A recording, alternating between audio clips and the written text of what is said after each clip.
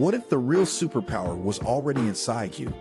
The Great Book of Melanin Research reveals 130 years of scientific studies conducted by governments around the world on you.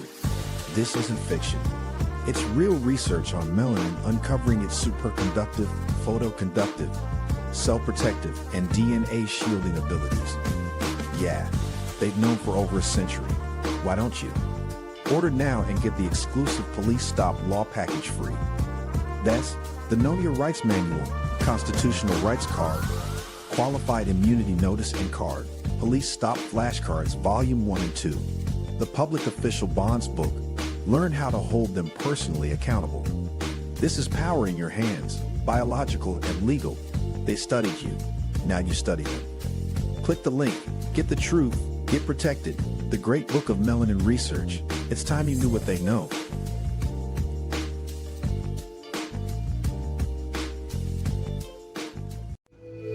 Too many people walk through life carrying fear. Not because they've done something wrong, but because no one ever told them they have rights. When you don't know the law, even ordinary life can feel like a risk. That's why we build Know Your Rights Foundation, a place where the law becomes clear, simple, and yours. Knowledge is your shield. The law is your defense. Start learning today at KYRF.org.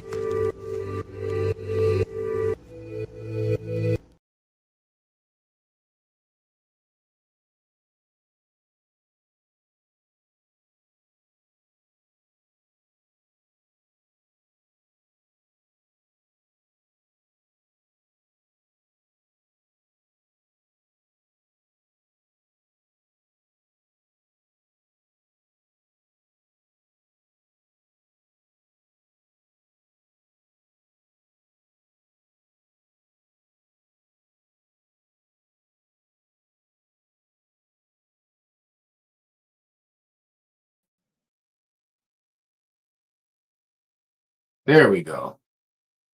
Now, can you guys hear me? I think I'm good now. I said, what is going on, people, on this hot ass Saturn's Day? It's hot as hell. Supposed to be the last day or the first day of the fall, but it's hot. God damn it. That's all I know is hot. So what up, people? What up, Spread Wolf, Melanated Brown, Jason Rivers, Bro L-Wise, BYG Mac, DPRK. What is that? What is that? Dre Probin? Is that it? Y'all in these days. What up, Daniel Coates? Excuse me, Chaz McFly. Jesus. What's cracking? True to 8. I got you, DPRK Drake. Dwayne Hicks, what's happening? I need $1. Me too.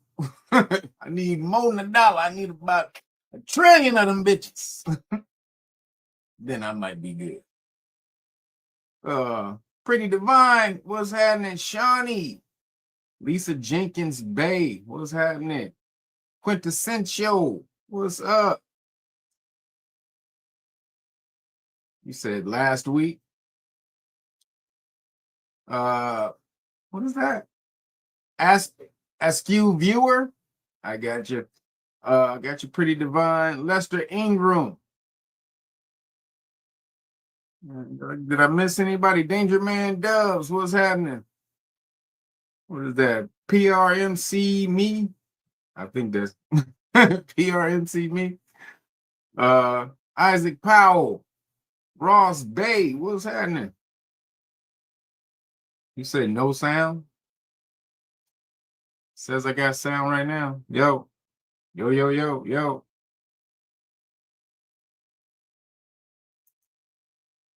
It says I got sound. Hold on.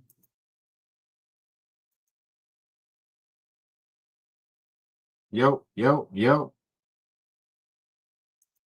Yo, if you can hear me, put a 1 in there, put a 1 up. It says yo. All right, we good? Yeah, I had the mic on mute the first time, so appreciate you. The Godzilla, what's up, Broderick Enoch? Tune and Twain, Tracy S. What's happening? I think I got it. Oh no, there's a lot more people that came in. Soul Sus, Dexter Robinson, Wizard T. What's happening? Transcendental, appreciate you. Thank you for all the cash apps you be hooking me up with. Appreciate you, man. Appreciate you. Anybody else who wants to hit the cash app? Appreciate you guys. It's Real Nagas, the number 9. Appreciate Real Nagas, the number 9. And also, if you want to really support Real Nagas, this is how you support Real Nagas. Oops. Just grab the Great Book of Melanin Research, the hard copy. Bam, right there. And you get the whole police stop law package for free. And you better get in here because Trump is creating his police state right now. So if you are not arming yourself or armoring yourself with the law, then what are you doing? Arming and armoring. Arming is this, but mental guns, and then armor. Protect yourself. Something that's going to protect your body when you're attacked. In case, you don't see, you get hit on your blind side. So you need armor and armory. So make sure you get over to realnagas.com, order the Great Book of Melanin Research, the hard copy, and you will get the whole police stop law package for free. That includes the flashcards. So this week, no, I'm not doing the t-shirts this week, but I am doing the flashcards. So if you order the Great Book of Melanin Research, the hard copy, I haven't done this in a while. I'm going to give you the whole deck of flashcards right here. Boom. You get all 5 of the flashcards. That's police stop. You get police stop flashcards 1 and 2. Bam, police stop flashcards 1 and 2. The law and government flashcards, volumes 1 and 2. And this is the U.S. Supreme Court police stop decisions right here. You need to know these Supreme Court cases. This is when you really know the law, when you're able to pull these cases out on these police officers. Because right now, police officers, they're trying to get wiser and do this to you. So in our police stop law class, when we're showing some of these police stops and police officers are telling people to get out of the car, and people, no, you can't pull me out of the car. Police officers, well, the Supreme Court, Pennsylvania versus Mims says I can. See, they're doing this because they're starting to get their ass whooped from these auditors and people starting to know the law and starting to make them look bad. So it's coming out that you need to start boning up on your, no diddy on your law. So they're doing that. And some of these has to do with Supreme Court cases. This is what they're pulling out on you. Yo, Broderick Enoch, thank you, brother. Appreciate you for the cash out, bro. Everybody else follow Broderick Enoch down that yellow brick road. Appreciate you guys. Cash app, you see it at the bottom of the screen. Real Nagas, the number 9. But this is what's happening. So they're coming for you. So again, if you order the Great Book of Melanin Research, the hard copy, you get the whole police stop law package. I was just giving you only flashcards 1 and 2. So you get all 5 if you order this week. All right, all 5, bam, plus the whole package. Boom. All right. So only a limited time offer. So again, I was doing the shirts before, but you can still, if you still want to support on the shirts, you can still do that. We still have, you can see me wearing it right now. This beautiful, lovely Rapstrology t-shirt volume 1, Q-Tip, Tupac, Ghostface, KRS One, DMX, Rakim Allah, or you can order, boom, volume 2. That's with Redman. Shout out to Redman. So underrated. You underrated, Red. I'm telling you, man, y'all. They think he's like some type of party rapper, but you go listen to Redman's lyrics. Redman got some of the dopest lyrics ever. So shout out to Red, my Aries brethren. But right here, boom, this is the volume 2. Not the lesser, just volume 2. We got Slick Rick on there. Slick Rick is no number 2. Nobody's number 2. And also J. Rue the Damager. Y'all don't know about that though. So again, you go to rapstrology.com. Take you straight to the shirts. Appreciate you guys. Or you can just browse around the t-shirt shop there. Also, we have the FAFO shirts, We have the Dragon Moore, Phoenix Moore shirts. Have so many t-shirts in there. So that's the way you support realnagas.com. Appreciate you guys. All right. Also, forgot to tell you, you also get the press pass that comes with that. Constitutional rights cards. Bam, right here. So, we got another little. It only takes one moment, one wrong move, one unexpected stop. When life gets real, know what to do, know what to say. Join KYRF.org today.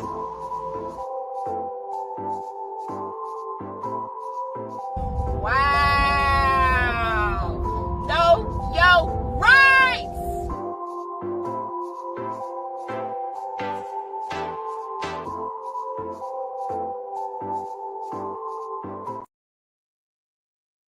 Shout out to Ayana right there.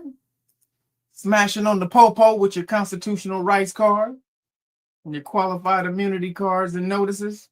This is what you keep in the card. Now, she was doing something that she shouldn't have been doing. We done talked about that. You don't be doing, don't you ever do 90 again, girl. But she was able to get out. Now, again, I don't condone doing driving at those speeds. However, if your rights are in question, these cards will help you out greatly. So appreciate you guys for your support. And make sure you get over there. Hey, you laughing at Mel? You laughing at Ayana? No, yo, right. But Ayana, she's a beautiful bright light in the Know Your Rights Foundation. So if you want to meet Ayana, that's all you got to do is get over to knowyourrightsfoundation.org, sign up as a volunteer, and get in here, and we will teach you the law for free. Again, the law for free.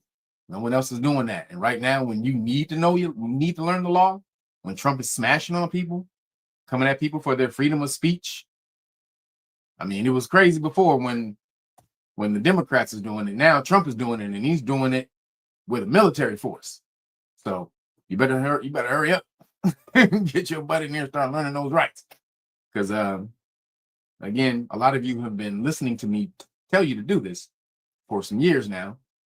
Because a lot of people, when you get in here and we get to the interview session, I've been hearing you for about 4 years now, 3 years. Man, what took you so? Get your butt in here. Stop playing. What the hell are you doing? You know Trump is trying to come through your town with a big ass tank with your name on it. So get in here before Trump starts smashing through your town and learn your rights. And the deal is you have to take this information back out and teach it to your family and your friends. Work to get one of these certification. I don't have the certification loaded up right now, but you're going to work to get you a Know Your Rights certification, a Know Your Rights Foundation Academy certification. And so that way we know you're not embarrassing us when you get back out there into the community and you start teaching this stuff. You got to know that you know this stuff forwards and backwards, up and down before you go out there and represent us with our name on your chest. Hell no. You're going to get out there and look dumb with our name on your chest. I promise you that. Nope. But once we teach you this law, and it's not hard to learn. It's not hard to learn. It just takes commitment and discipline and just consistency. That's it. So you ready to do that? Get over here, sign up, kyrf.org/volunteers, and hook it up. All right, people. Oh, also make sure you get, if you want the you want status law, you want to take yourself out of the system. We're going to be talking about that real soon. So you want to take yourself out of the system, have 1 foot in the system and 1 foot out of the system. You don't fully take yourself out of the system. People who do that, you don't know what you're doing. You want to have some type of connection within the system. You just don't want to have any obligation to the system, or you don't want the system to have jurisdiction over you. And so that's by taking your status back. You want to be contracting with the system evenly on an even playing field. You don't want them to have the upper ground on you. So how you do that, you have to take your status back. So get over to patreon.com/realnagas, sign up to one of the highest status class levels. And at the highest level, when you're able to explain the paperwork, I will give it to you for free. All right. We're building up this law army. Won't you join it? Be a part of it before you get left behind. All right. So again, that's also a way to support Real Nagas. All right, people. Let's see what we got going here, man. It's a whole lot of stuff going on. They're still talking about the Charlie Kirk thing from last week. And more and more, it's looking like, yo, Marlon Clark, appreciate you. Thank you for the cash app, Marlon Clark. Put that on some turkey burgers later on today. Appreciate you. Turkey burger shawarma. But again, I appreciate everybody for the donations and all the love that you send throughout the week as well. Oh yeah, Roger Gross, I got your donation yesterday, brother. Appreciate you, bro. So man, it's looking more and more like a psyop. Every piece of the video, every video that we look at now, it's just, now we're seeing more and more of the video of my man hopping off the roof. Let me see, do I have any of that video? Let me see if I can. A lot of crazy. Oops, hold on.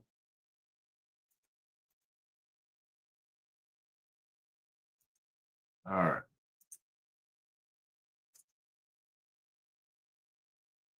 So I have a video. First of all, we're going to show the bullcrap videos that they're showing right now.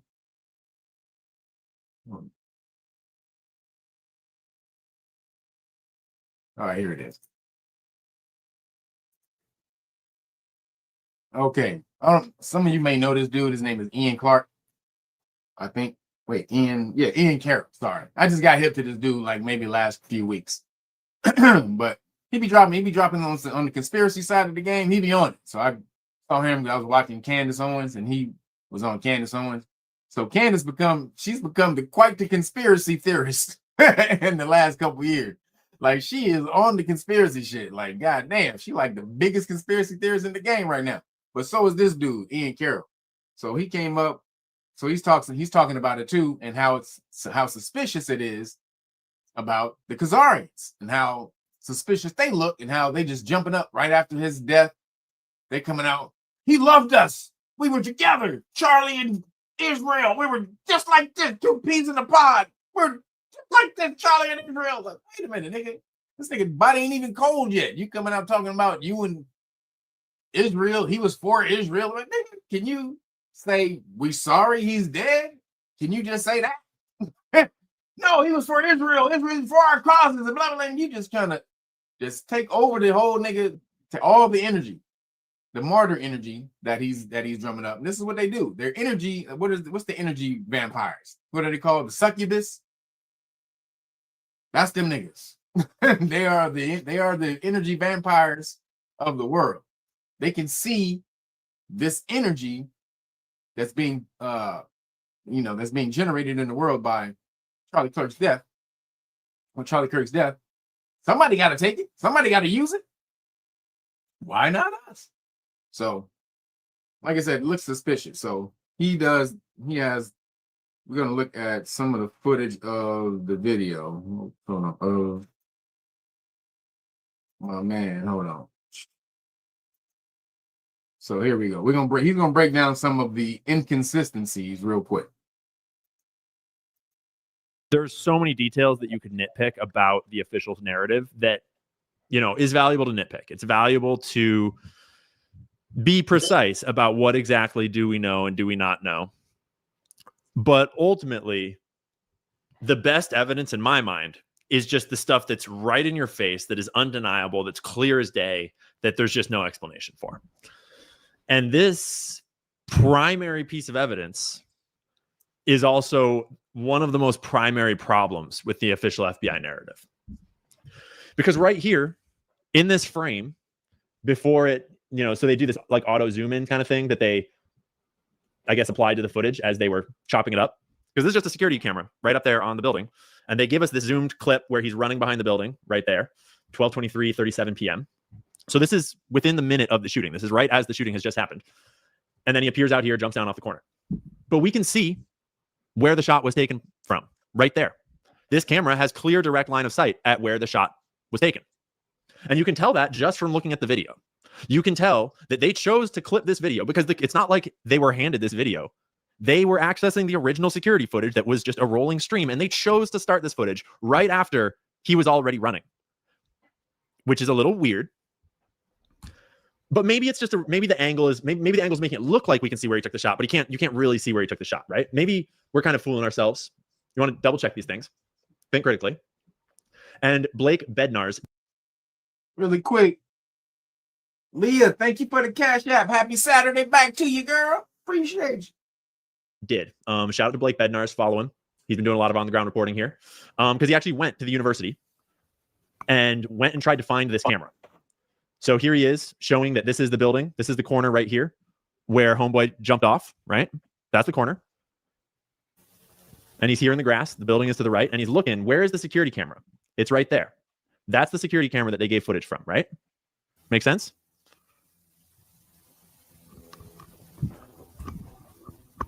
And so when you open up Google Earth, interestingly enough, actually, you can see the security camera on Google Earth. So this is the Lossy Center. This is the corner where homie jumped down, right? The alleged shooting position is over here on this corner, right here. Pow. That corner is clearly visible from this security camera right here on this corner. It can see the whole roof, right? And in Google Earth, you can actually see what looks like a little artifact of it actually showing you the camera. That looks like the little camera right there. So that's a little weird, right? That they theoretically have video evidence of him taking the shot right there with the rifle, but chose to cut the video to not show it. Okay. And then you pair that up with all these questions about how did he get the rifle up there? What, like how did he take it apart? And so let's get into this a little bit. So that is kind of crazy. So there's cameras that show on top of that building, but they're not showing us the footage of those cameras that can show the top of the building that he was firing from. Why are they not showing us those cameras? That footage. Okay. Just some more questions. Because here we got to go back to the FBI video. So let's just watch real closely. He's currently behind this space here, and then he's running out over here, over to the corner. They give us a zoom in. It gets really grainy, right? And now we're going to revisit this a bit, but it's important to remember the theories of how this rifle was being transported. On the way in, they were saying he was hiding it in his pants, right? Disassembled and hidden in his pants. Or some people are alleging that it maybe is disassembled and hiding in his backpack. Or some people have alleged that maybe it was wrapped in a towel at some points when it was fully assembled, okay? What do we see in the video? We see him bend his legs to get over. Looks like both legs have bent at this point. And he clearly bends both legs on the drop. So the rifle's clearly not in his pants, right? You might try to make the argument he could fit it in his backpack, but we'll talk about that in a second. So it's like the only option here is that he's carrying it. And listen, I'm not going to do the video analysis to try to tell you what to believe about whether or not this item in his hand could be an entire rifle under a towel. I am personally a little skeptical that is an entire rifle underneath that towel, especially when you actually like close up, analyze the video and watch it kind of flop around, watch it kind of get set down. So that is not a rifle in his hands. It's a pretty big rifle. We're going to watch some videos of people disassembling the rifle and stuff like that. So on his shit. So what? And some of it, I'm not even showing you guys the shit. So I'm looking at these photos because these are photos released by the FBI. And this is when he allegedly has it down his pants, right? And here his left leg is bent and here his left leg is bent. So it's theoretically down his right leg on the back because that's a cell phone. That's definitely not a rifle. Cell phone in the pocket. Some people have talked about this little bulge right here being the back of the rifle. So like right down at his knee. Yeah. There's definitely his right knee bending on the way up the stairwell, right? It's like, there's definitely. So how do you bend your knee with a rifle in there? With a rifle inside? That won't happen. Nothing visible that would indicate a rifle. And it's a big rifle, and we will watch videos of it being assembled and disassembled. There is this funky shape right here, right? That is a funky shape. Could be a crease. Could be something stuffed down the back of his pants. We got a lot of questions about this rifle. But it's important to remember that there's some stuff that was put out by the FBI, and there's some stuff that was actually put out by TMZ and other sources, right? And so the video where he is limping in to the venue, that was put out by TMZ. I don't think the FBI had anything to do with deciding to release that. And that video, that limp of the right leg, it's hard to say exactly where the prevailing notion that the rifle is down his pants came from, but that video played a large role because that helps to explain why is he limping, right? Janari Godfrey, thank you for the cash out, brother. Appreciate you. Appreciate you, bro. Doesn't work so well when he bends that leg this much, right? And when we're talking about the jumping off the roof video, when he lands on this jump, he clearly bends the shit out of his leg. So it's not down his pants after the shot. So maybe it's disassembled, right? Watch this. A lot of people. Dropping it and cool to see everybody work together on equality. The rifle assembly. And 3. Punching and cropping it and losing everybody work resolution and quality. We see the individual. Go to exit. Cool. So there's a video from Matt Kester on YouTube. And 3. Since the narrative has been presented to us about the shooting of Charlie Kirk, there have been a lot of questions online. Do you guys have audio from the videos? Do you have audio? Specifically, how did the weapon get to the murder scene or to the point where the shooter is alleged to have taken his shot? 2. How did a 22-year-old man with no formal military my knee and the butt? The next criticism, the point. Okay, so look at how big the rifle is. Because the videos that we've seen, he had the rifle stacked. I'm not stuffing them. Does this look like he can stuff that rifle down his pants leg? Like, if you're logically looking at this, does it look like he can stuff that rifle down his pants leg and then move with any type of accuracy, any type of fluidity in his leg? Jump, not let alone jump off a goddamn roof with it. Now, again, they said that when he jumped off the roof, it was in the towel. They're going to show that footage in a second. So watch this. What'd you say, Sean? He said there is no Tyler Robinson there getting away with a mock patsy. Okay. Blue jeans, blue jeans to black jeans. His pants are not consistently the same color. Okay.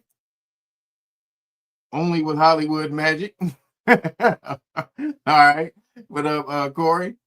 Dave Ramsey, he broke it down and reassembled it. That's the point of the screwdriver. Okay. He broke it down and reassembled it. Okay. That narrative is Swiss cheese in that narrative. You know why? Because when it came out with the FBI, they said they got DNA off the screwdriver, right? The screwdriver that he left on the roof when he disassembled the rifle. So they found the rifle assembled, wrapped in a towel in the woods. So can you tell me how he reassembled the rifle and he left the screwdriver on top of the roof? Go.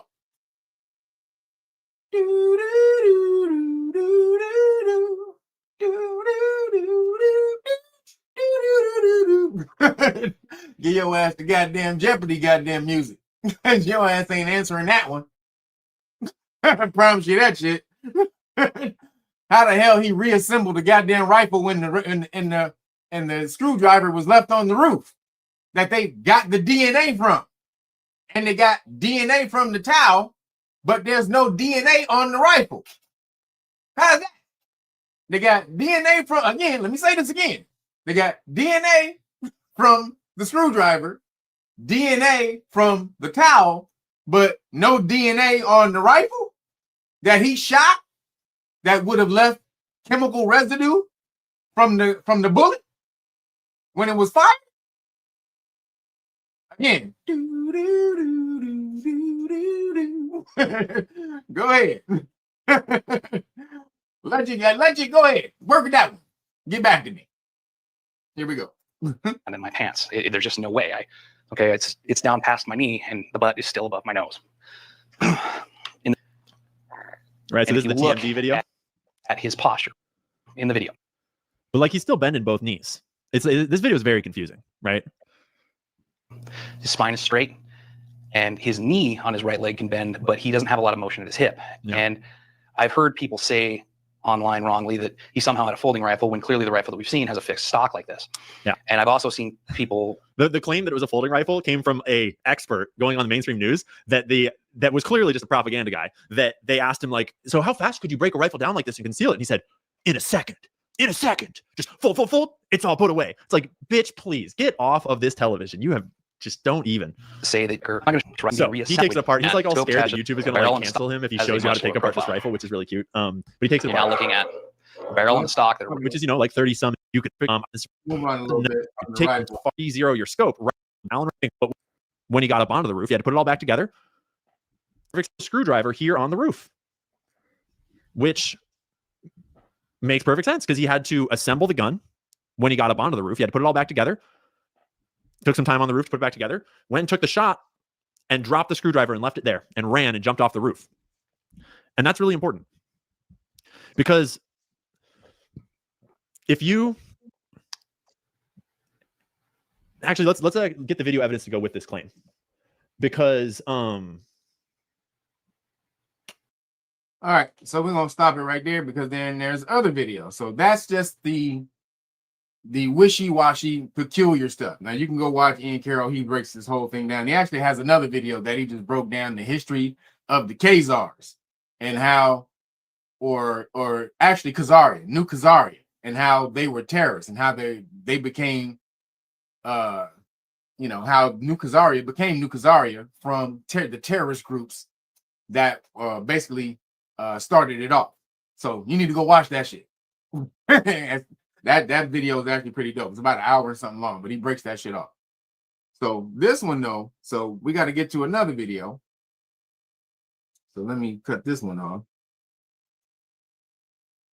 So that one was showing him jumping off the roof, him still moving around. They're saying that he had it in his, he had the gun in the towel, but the gun was supposed to be disassembled because you can't, when he jumps off the roof, you can see that's not a fully assembled gun when he jumps off, or a rifle when he jumps off the roof. So then they say, well, he reassembled it in the woods and then left it in the towel. But again, he left the screwdriver on the goddamn roof. So this nigga got to be some type of mind meld. This nigga's Marvel. This nigga's he's an X-Man. This nigga Jean Grey son or some shit. The son of Jean Grey and Cyclops. Only some Marvel nerds would know what I'm talking about right there. The son of Jean Grey and Cyclops, that nigga was off the chain. That motherfucker was fucking OP, overpowered super god. But unless he that, unless this nigga, hey, we got mental powers of Jean Grey from X-Men. How the hell?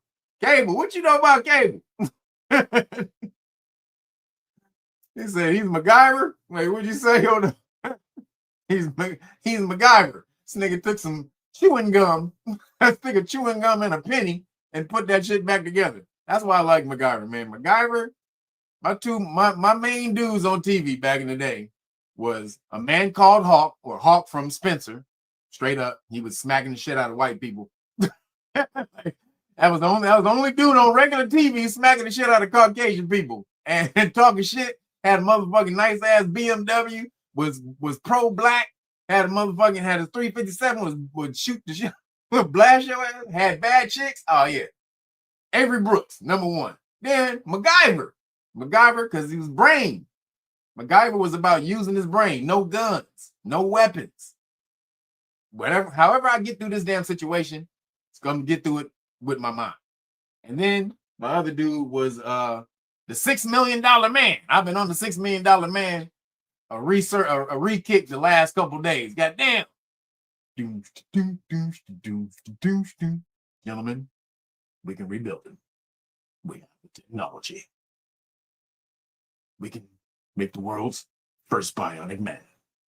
Steve Austin will be that man. Better than he was before. But that's my shit.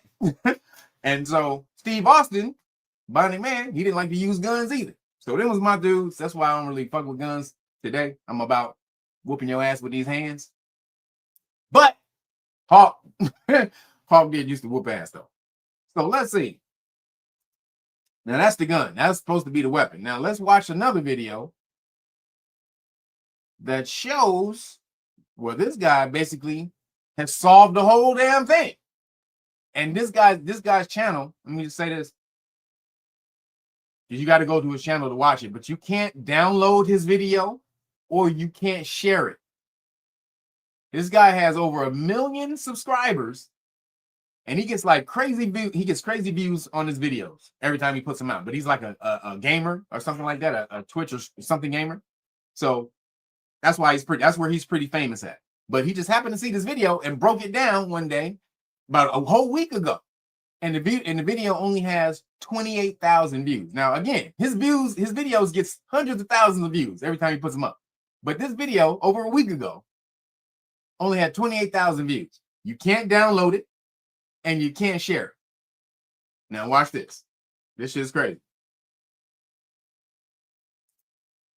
Now, again, real quick though, they tried to tell us that it was the Transformer that he was doing. He did it for the Transformer, his Transformer roommate that he was supposedly I can't even say the words, but you know, he tried to do it because of that.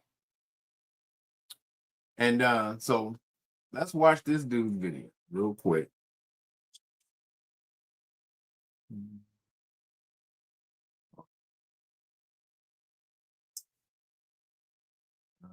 Oh, here it is, right here. So check this video out. Now, again, this guy just happened to do, he's not even into politics or nothing. He just happened to do a video on this shit. He's not a politic guy. He's not a nerd. None of that. He's not into none of that shit. He just happened to see this shit and caught it. Watch this. So I'm going to start with this. The gun that you guys see, this is the person, I'm just going to get straight into it. This is the person that shot Charlie right here with the white t-shirt and what seems to be a cell phone and perhaps keys on his hands. This explains also why he went sideways when he got shot. He wasn't shot from a long distance. If he was a high-powered rifle, which by the way, that's what the FBI is telling everyone. And when the FBI tells you something, guess what? That's not the truth. So that means they're involved in this. That's why when people were like, you should share this with those people. I'm not. This is the first thing I want to share with you guys. This guy in white and that woman that's next to him, those two people are involved and they have something to do. Like they're both related. They're definitely doing it. And I'm going to show you when he shoots that thing. This is why on the thumbnail you'll see, and this is what I want to show you next. This is what I want to show you next. So I'm going to go into this. Sorry, just 1 second. My window here is not showing me anything useful. There you go. All right, share the next one. Share you the. This is from 9 years ago. American company creates lethal weapon in the form of a smartphone. Okay, this is what the dude is using. This is why, and he's got a silencer too. This is why no one understands that it's this dude. Now you see this? When you fold it up, when you fold this gun up, it looks like a cell phone. It looks like a cell phone. Now there's a bunch of videos. I've been on these videos all week. These videos are like 5 years old about this cell phone gun and how to use it. This got cats that teach you how to use it, how to pull it on cats in quick situations and or in vital situations and stuff like that. Excuse me. So, man, this gun, again, cell phone looking gun. Dude has it. Now, very important. So I want you to watch this. So, and he had to show you that this thing existed to show you, because most people are like, no, that's crazy. There's nothing like that. Okay, well, he just showed you there's a gun that's created to look like a cell phone. And they have a bunch of these now. And remember, this is 5 years ago. So where has the technology come in 5 years? I'm sure this thing has the goddamn computer screen now and all kind of shit on it. So check that. All right. So that's that basically. What happens when I close these windows? 1 second. Minimize.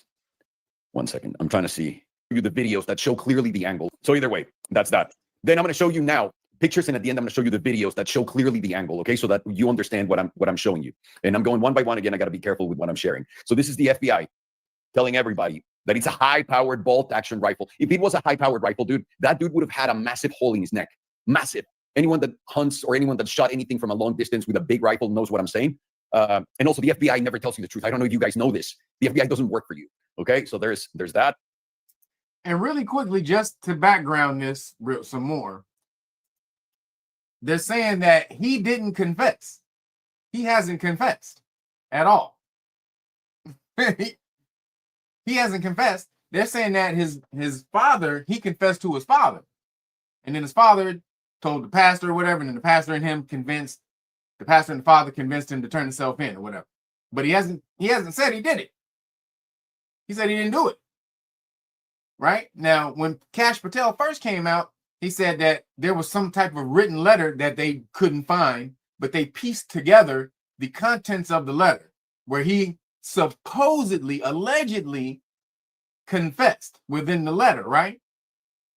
So then, now he said, we have this letter that suppose this letter came up, but we don't have the letter, but we do have the contents. We pieced together the contents of the letter from our investigation, blah, blah, blah. Then the next day, supposedly, they got, after they talked to the Fruitopian roommate, the Transformer roommate, that they got the text messages, right? And he confessed in the text messages. And if you look through the text messages, I swear to God, they look just like AI wrote these motherfuckers. I mean, supposedly a 22-year-old guy using the word vehicle. What 22-year-old uses the word vehicle? Nigga say I'm gonna change outfits. What dude you know say I'm gonna change outfits? Nigga, I'm gonna change outfits. That's a woman talking.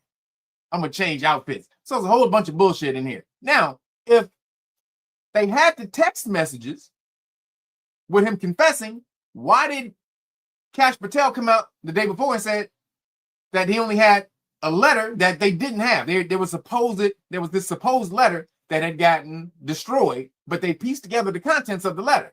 Why didn't he mention the text messages then that he confessed? Because it's bullshit, right? Because it's all bullshit. So again, no, and also you can't convict somebody on hearsay. Now they're saying they pieced together a bunch of circumstantial evidence because he hasn't confessed, right? They don't have any evidence of him shooting him. So it's all got to be circumstantial at this point. And so then they said, oh, well, we got DNA off the screwdriver. We got DNA off the towel. The towel and the screwdriver don't mean anything. They didn't kill Charlie Kirk.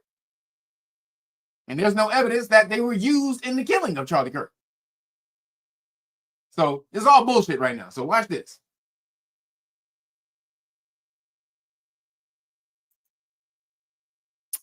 One second.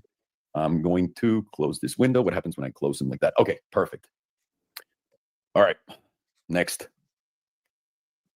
Share screen. Share screen. Which one am I going to show you now? Right here. So that dude right next to the girl, you guys see them, right? Right here. That dude is the one that shoots, and this is the girl that's with him. Now, there's two people. My sentiments exactly, Mel. Fuck out of here with that bullshit. You piece together the contents from your investigation. We pieced it together. Our men are the top men in here. FBI savants here. We're the masters of the FBI. We can piece together anything. For instance, I know that yesterday you were fucking a lady, and when your wife was at, allegedly, you were fucking a lady when your wife was at. Like, wait a minute, why you gotta bring me into this shit? Because we just want you to know how great we are at our job. So if we have to throw you under the bus, we're gonna do that. Then you were fucking that lady in the hotel, what was it called? What was it, Hotel Room 49? Goddamn motherfucker. He's like, hold up, nigga, goddamn. I believe you. FBI, you the greatest, and what you do, goddamn nigga, keep my name out your mouth, motherfucker. So that's Kash Patel wanting you to believe that this nigga, that they're the greatest FBI agents, that they can piece together information from letters that they don't have. They can piece together a confession from a live person from a letter that they don't actually know that he wrote, but they believe he wrote it. So we're going to use that. These motherfuckers is crazy as hell. So let's hear it. People here. Watch this. I want you to so really watch this video because he breaks this shit down. Here we go. So that dude right next to the girl, you guys see them, right? Right here.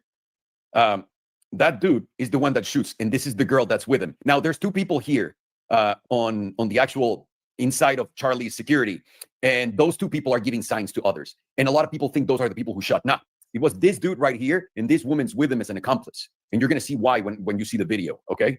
So there you go. You already saw it. Now I'm going to share this one. Yeah. Okay.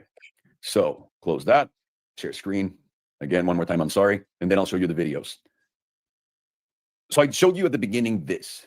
I don't want to show it again. I want you to understand this. He shot from this side. This dude is what shoots him. And that's why the hole goes like this and Charlie goes like this. And it's not a high-powered rifle. It's a shot from a close distance. This thing has it looks like a phone. But what I'm guessing too, because it's crazy when you see the dude shooting, and I'm going to show you the videos right now. When you see the dude shooting the thing, there's no way a person with just a gun can shoot like so. And by the way, he misses at first. There's no way a person that's there can just aim without looking. So he doesn't really miss at first. He misfires. When you see the video, you're going to see it misfire at first. Like there's like the safety's on, or it's either so. This is just for me, what I think. He's either holding that cell phone gun and he does it, and the safety's on the first time, and then he realizes it, or it's a remote control from something else that's really close that shoots him. It's a remote control for something else, like a drone or something else that shoots him. But let's watch. Looking through anything and just like get it perfectly done. I'm pretty sure that phone has a screen that is showing where exactly to shoot.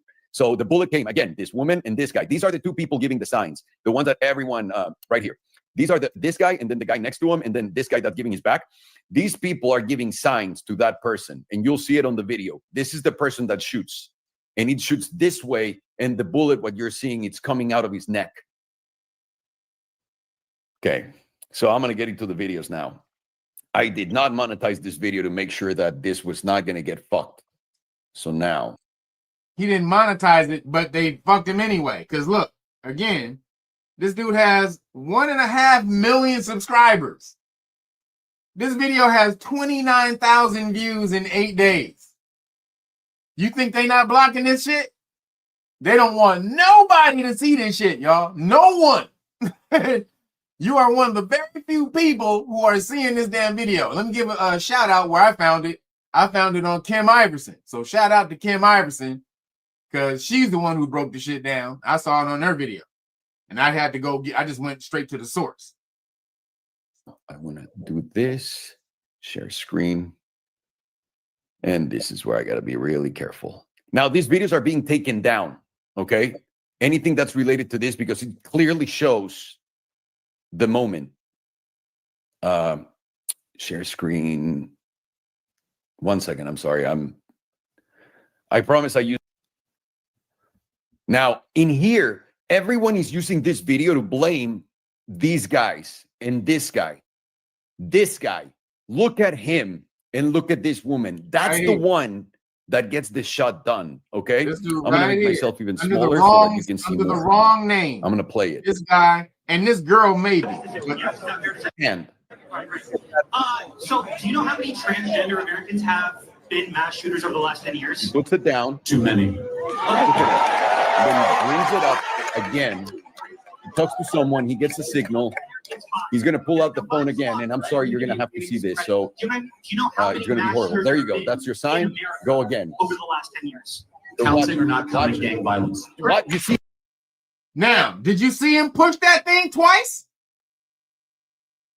Look, watch him push that thing twice. Watch him, because if it's a cell phone, which it was supposed to be believed at first. Let me put this up. So, real quick. So, if it was supposed to be a cell phone, that's what it looked like at first. Then, when he had his hands down as Charlie Kirk was talking. When whatever sign he got, he lifted it real quick and tapped it twice. So if it was a phone, he wasn't looking at the screen. It was some type of device to execute something, to execute an action. So he brings it up twice. So he taps it and then he does it, and then he does it again on the second one. Boom! That's when you hear it. Bah! He gets popped. So I want y'all to watch that shit again. Watch this. Going back to it.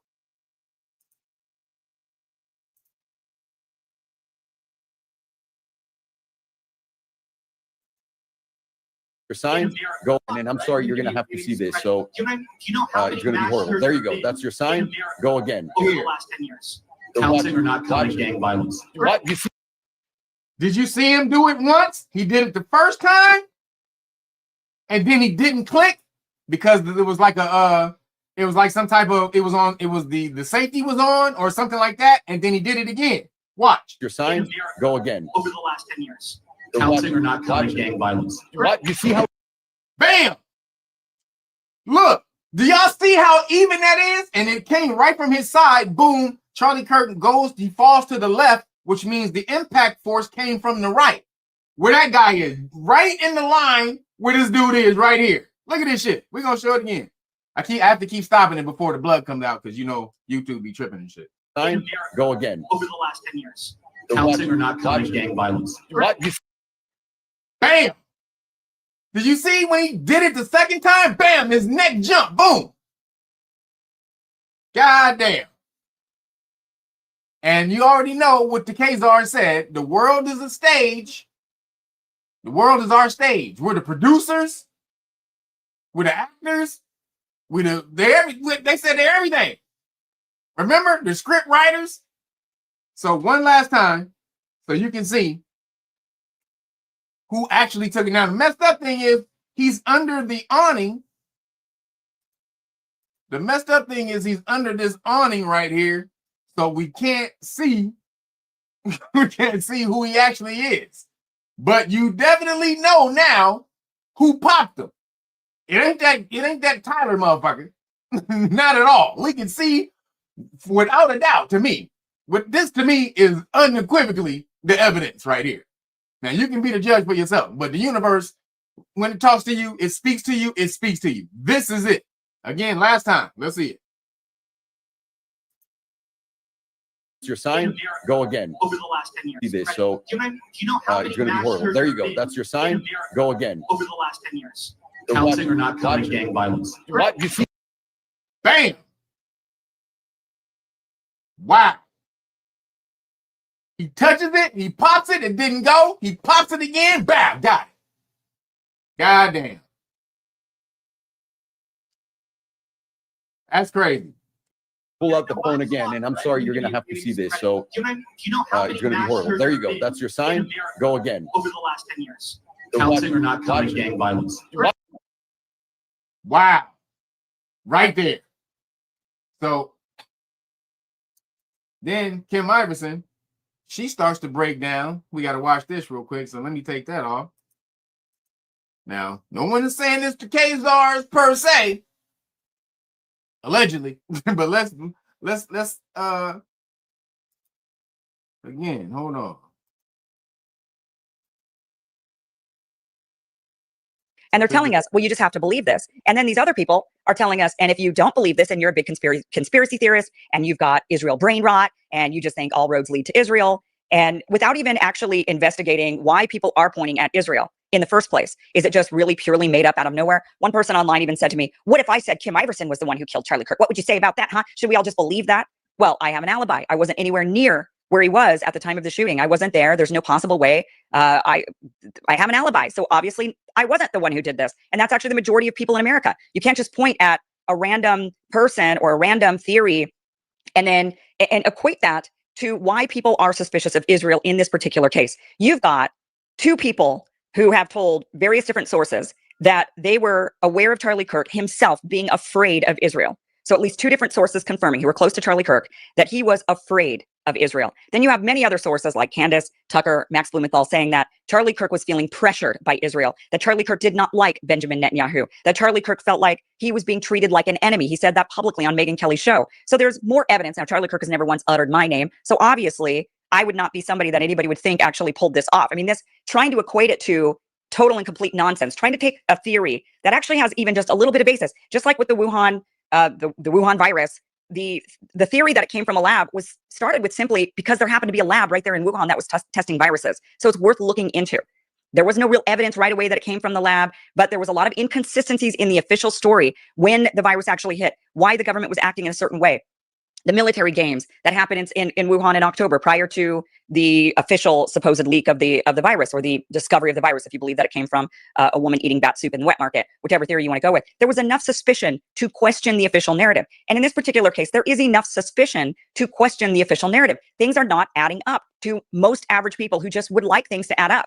And if they did add up, I think there's not enough, as much as people want to just say there's Israel brain rot going on, I don't think there's actually enough Israel brain rot in the vast majority of Americans to have them all just suddenly focus on Israel did it, because they're just some sort of mindless, bots that just are anti-Semitic at the core. I mean, that's where this kind of, hey, you're So you got a few people who are really trying to kill this right now, and they're really on it.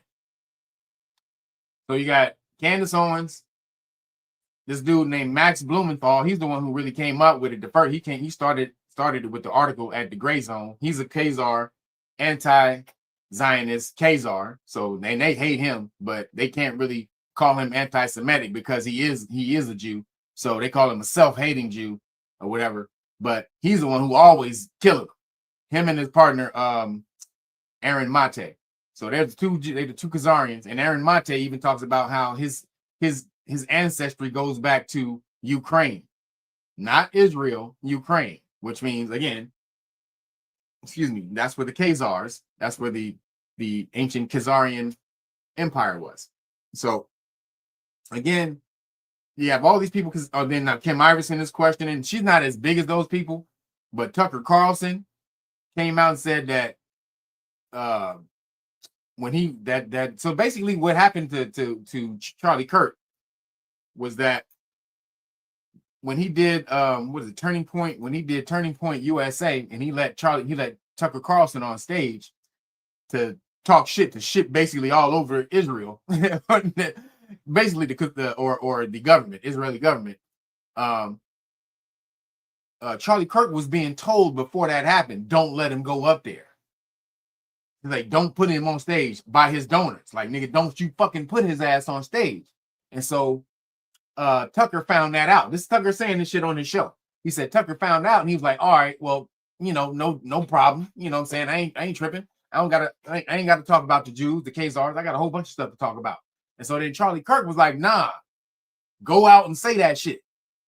Like, I don't fuck these bitch ass niggas. Like, what? Like, Charlie Kirk was like, fuck these whole ass motherfuckers. Go out and say that shit. And Tucker was like, word? He was like, yeah, nigga, fuck him. So that show you Charlie Kirk was turning on him, because if he didn't want the backlash about the Khazarians, he wouldn't have let him go out there, because he was getting smashed on by his donors. Don't you let him do it. So Charlie Kirk was like, fuck all y'all. I'm about to let him go up there and talk all that shit. So that's what happened. That day is probably the day he signed his death warrant. When they told him not to let Tucker Carlson on stage, and he did it anyway, that was a wrap.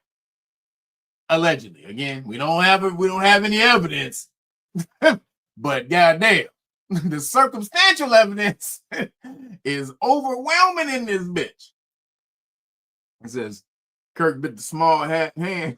Kirk bit the small hat hand. He bit the small hat hand that fed him. So you can share that video, you said?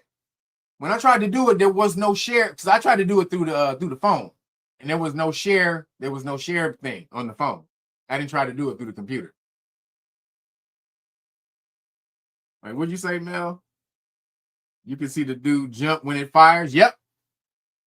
You can see him. Like, you can literally see that motherfucker push that damn shit.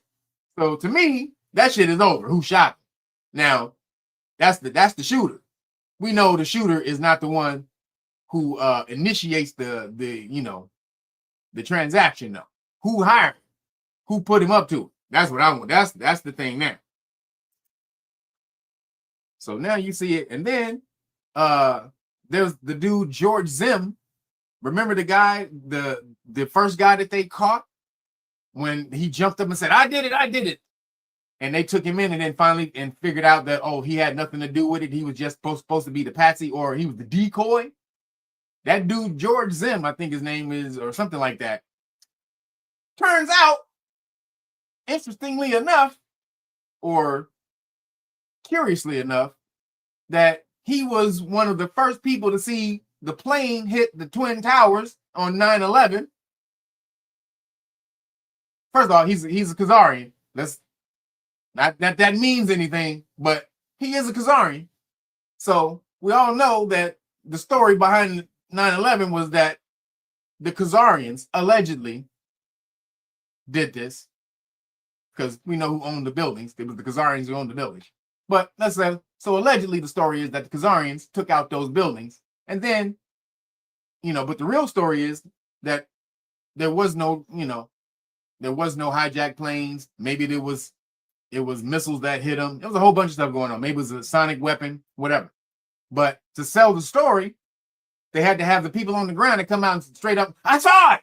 The big plane just hit the fucking mother, went straight through. He was one of the first ones, if not the first. On 9/11 to say, I saw the plane hit the goddamn towers, right? Then, on the Boston bombings, this fool happened to be one of the people that called in and said he did the bombing. After the bombings happened. Because, you do that, you basically flood the police with so much information that they don't know what happened. So he was one of those people. He called in, it was me. So how you at 9/11 in New York? Then you had the Boston bombings. Then now you happen to be at the Charlie Kirk assassination thing. Somebody did the calculations on that, on the odds. It was like something like 0.000000 point of a 2 billionth of it was like 2 something million zeros of a billionth of a. It was like the possibility is basically impossible for one person to be at those 3 major events in his lifetime. So there's that. And so again, a lot of people are hating on Charlie Kirk because they said, he was volatile. He said this, he said that. Now, if you go back, you look at a lot of his stuff he said, some stuff he said was taken out of context. It was. And then some stuff he said, he just had to own a lot of that stuff. So some of the stuff that was taken out of context was he doesn't think the civil rights movement. He doesn't believe in civil rights or the civil rights movement. So that was taken out of context because Charlie Kirk doesn't believe black people should have rights in this and that. And that's not what he said. What he said was, I don't believe that the civil rights movement should have. Basically, he said that the civil rights movement should have only been for black people. He said that it should have been a special law just made for black people to get their rights, their civil rights. And then no one else should have been able to ride that, because after that, you've had all these other marginalized groups able to use it to gain power in America, like the Transformers and the LGBT mafia and the rest of them. They've been able to use the Civil Rights Acts to gain power, right? As a marginalized group or discriminated against group, right?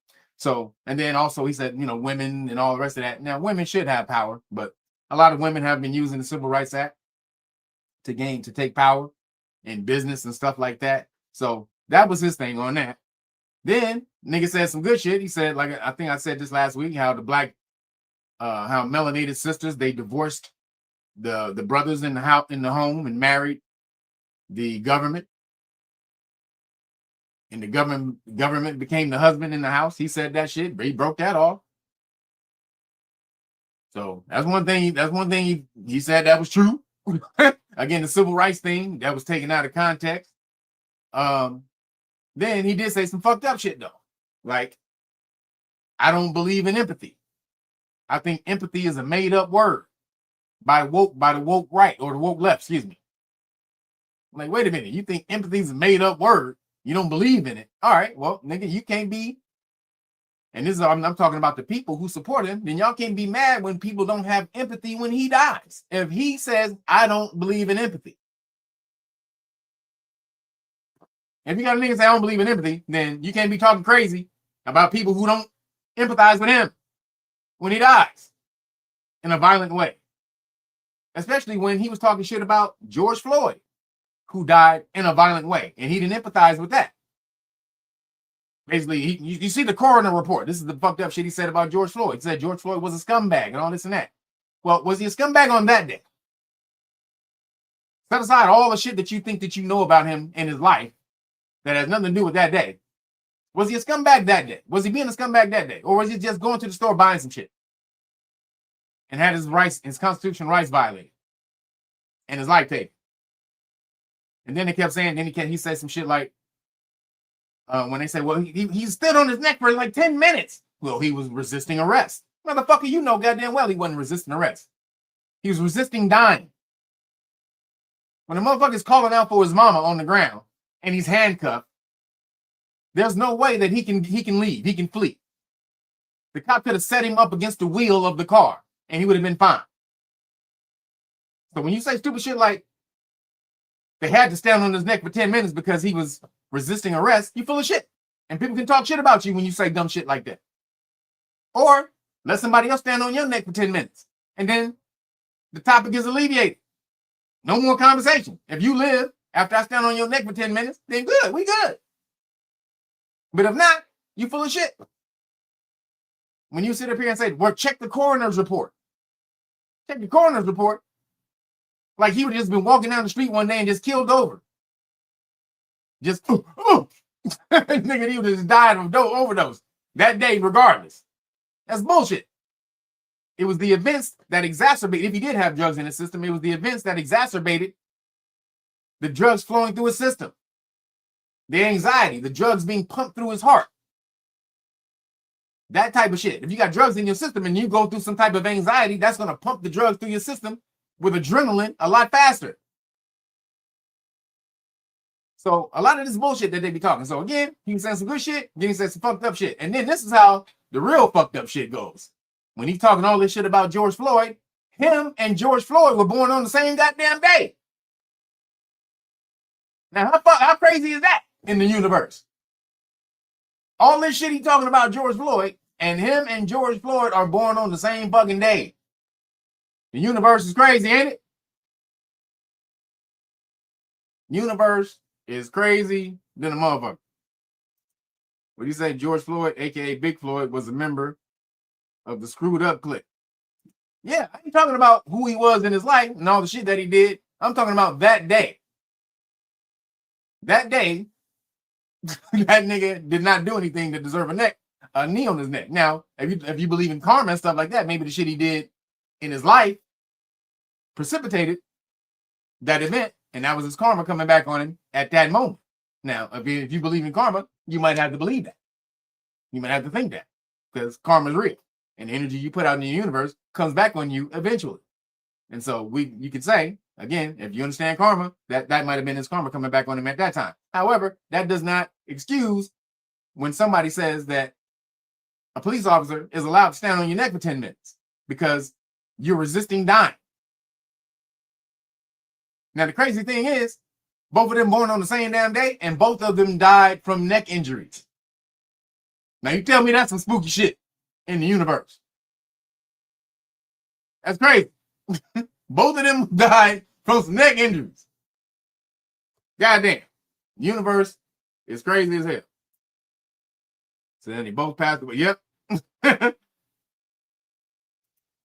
Just put it up there. Yep. George Floyd died away from a neck injury. MLK died from a gunshot.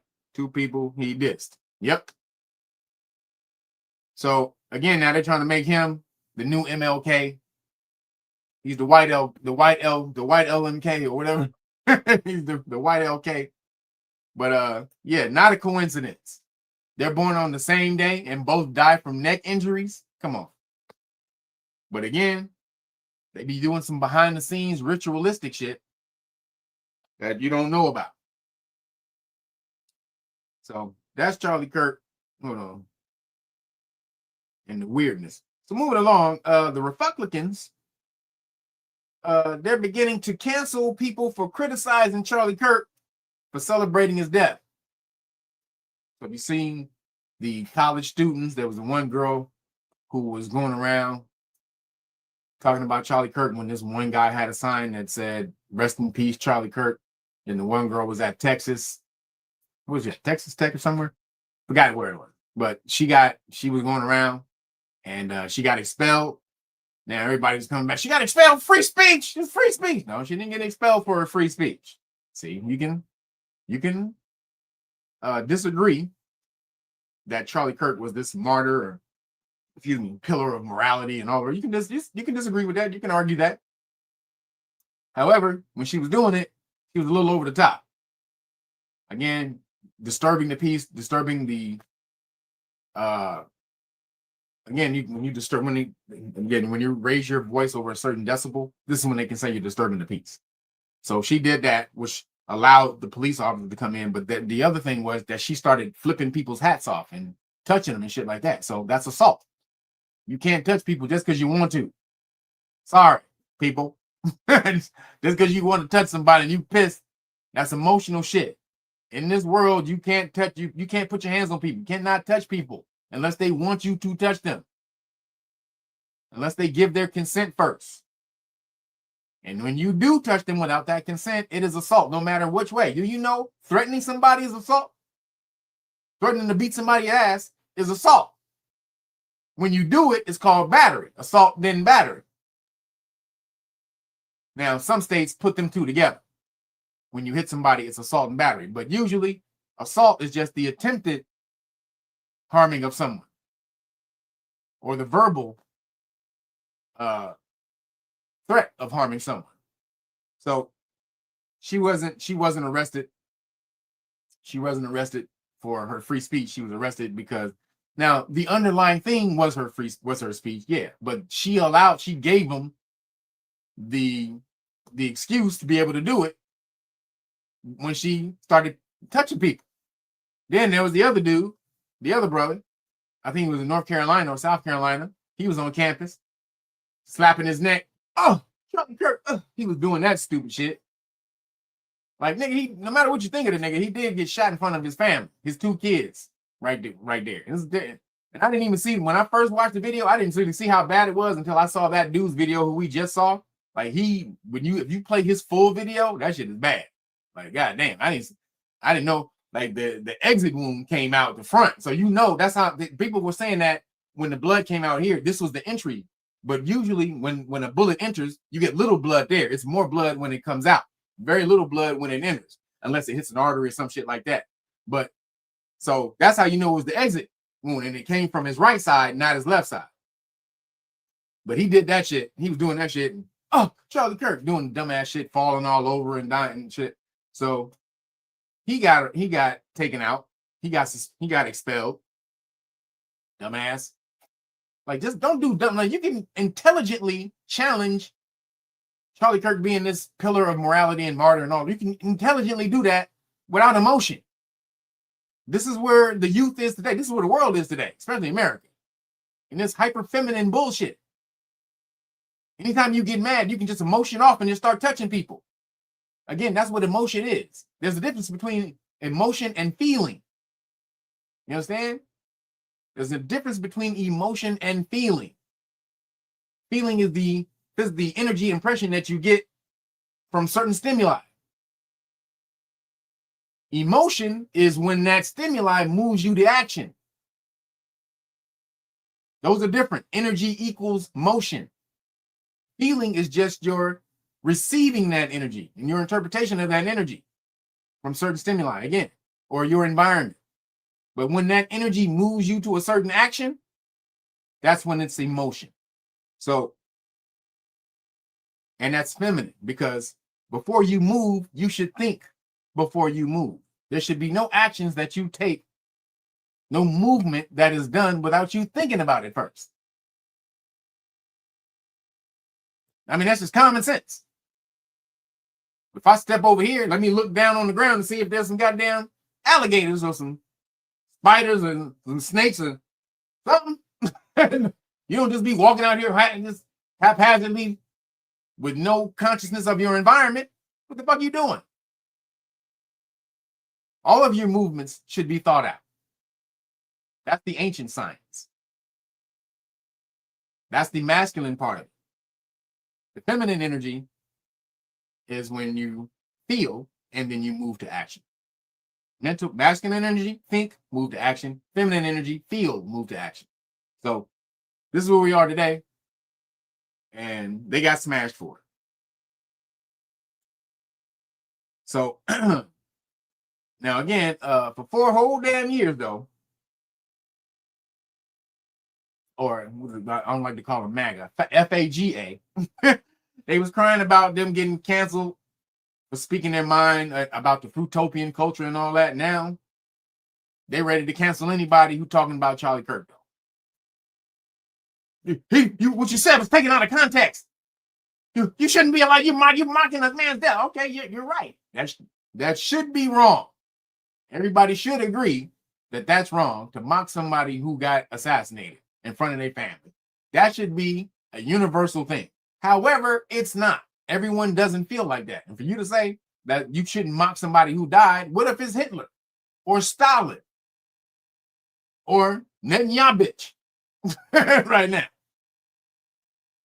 People whose lives are steered by nothing but turmoil and havoc and destruction and chaos and mayhem that they want to deliver on someone else. When that person gets taken out, you telling me you can't motherfucking crip walk for that motherfucker dying? The fuck? I can't see walk for that motherfucker dying, nigga. Fuck, nigga, y'all, bitch, nigga, fuck. You getting the mad sea walk when that motherfucker go. From a lot of people. I'm not saying I would do it. Not that I wouldn't, but I'm just saying when he goes, you're gonna get a whole bunch of people. They're gonna be bringing back the old dances. They're gonna be bringing back the wop and shit. The Cabbage Patch. Y'all remember that shit? So FAGA, or excuse me, FAGA, is they're on there, you can't or they're trying to cancel people when they were crying the loudest about being canceled when it was the Fruitopians canceling them. So when the Fruitopians get back in power, because you know they're gonna recall this shit, because at some point in time the pendulum is going to swing back and the Fruitopians will gain power. And I mean the Fruitopians, I mean the Democrats. At some point in time they're going to gain power, and when they do, they're going to use this shit on you. Straight up. They're going to use this shit on you. So one of the people, so this is the thing, real quick. Like I said, when you articulate, so this is about Charlie Kirk, because again, they kept saying that his shit was taken out of context, and some of it was. However, if you can't articulate your argument in a better way, then eventually most of the shit that you say is basically what is you. If you're supposed to be this pillar of articulation, but your shit keeps getting taken out of context every time you speak, then that just must be what you mean. You're not getting taken out of context after 100 times. If I call you a piece of shit 100 times, but on the 101st time I say, hey nigga, don't take that shit out of context. You a piece of shit, but hey nigga, you taking that out of context, nigga. Goddamn. Nigga got those sensitive ass motherfucker. Shit, nigga. Yeah, I called you a piece of shit, but nigga, you gotta put it in context, nigga. See? You a piece of shit. Did I say you was a piece of shit in a toilet? Or did I say you was a piece of shit in a punch bowl? See, you got to put it in context. Hey, look, did I say you was a piece of shit on the bottom of my shoe? I ain't say none of that. I just said you was a piece of shit. See, taking out of context, bro. Like, wait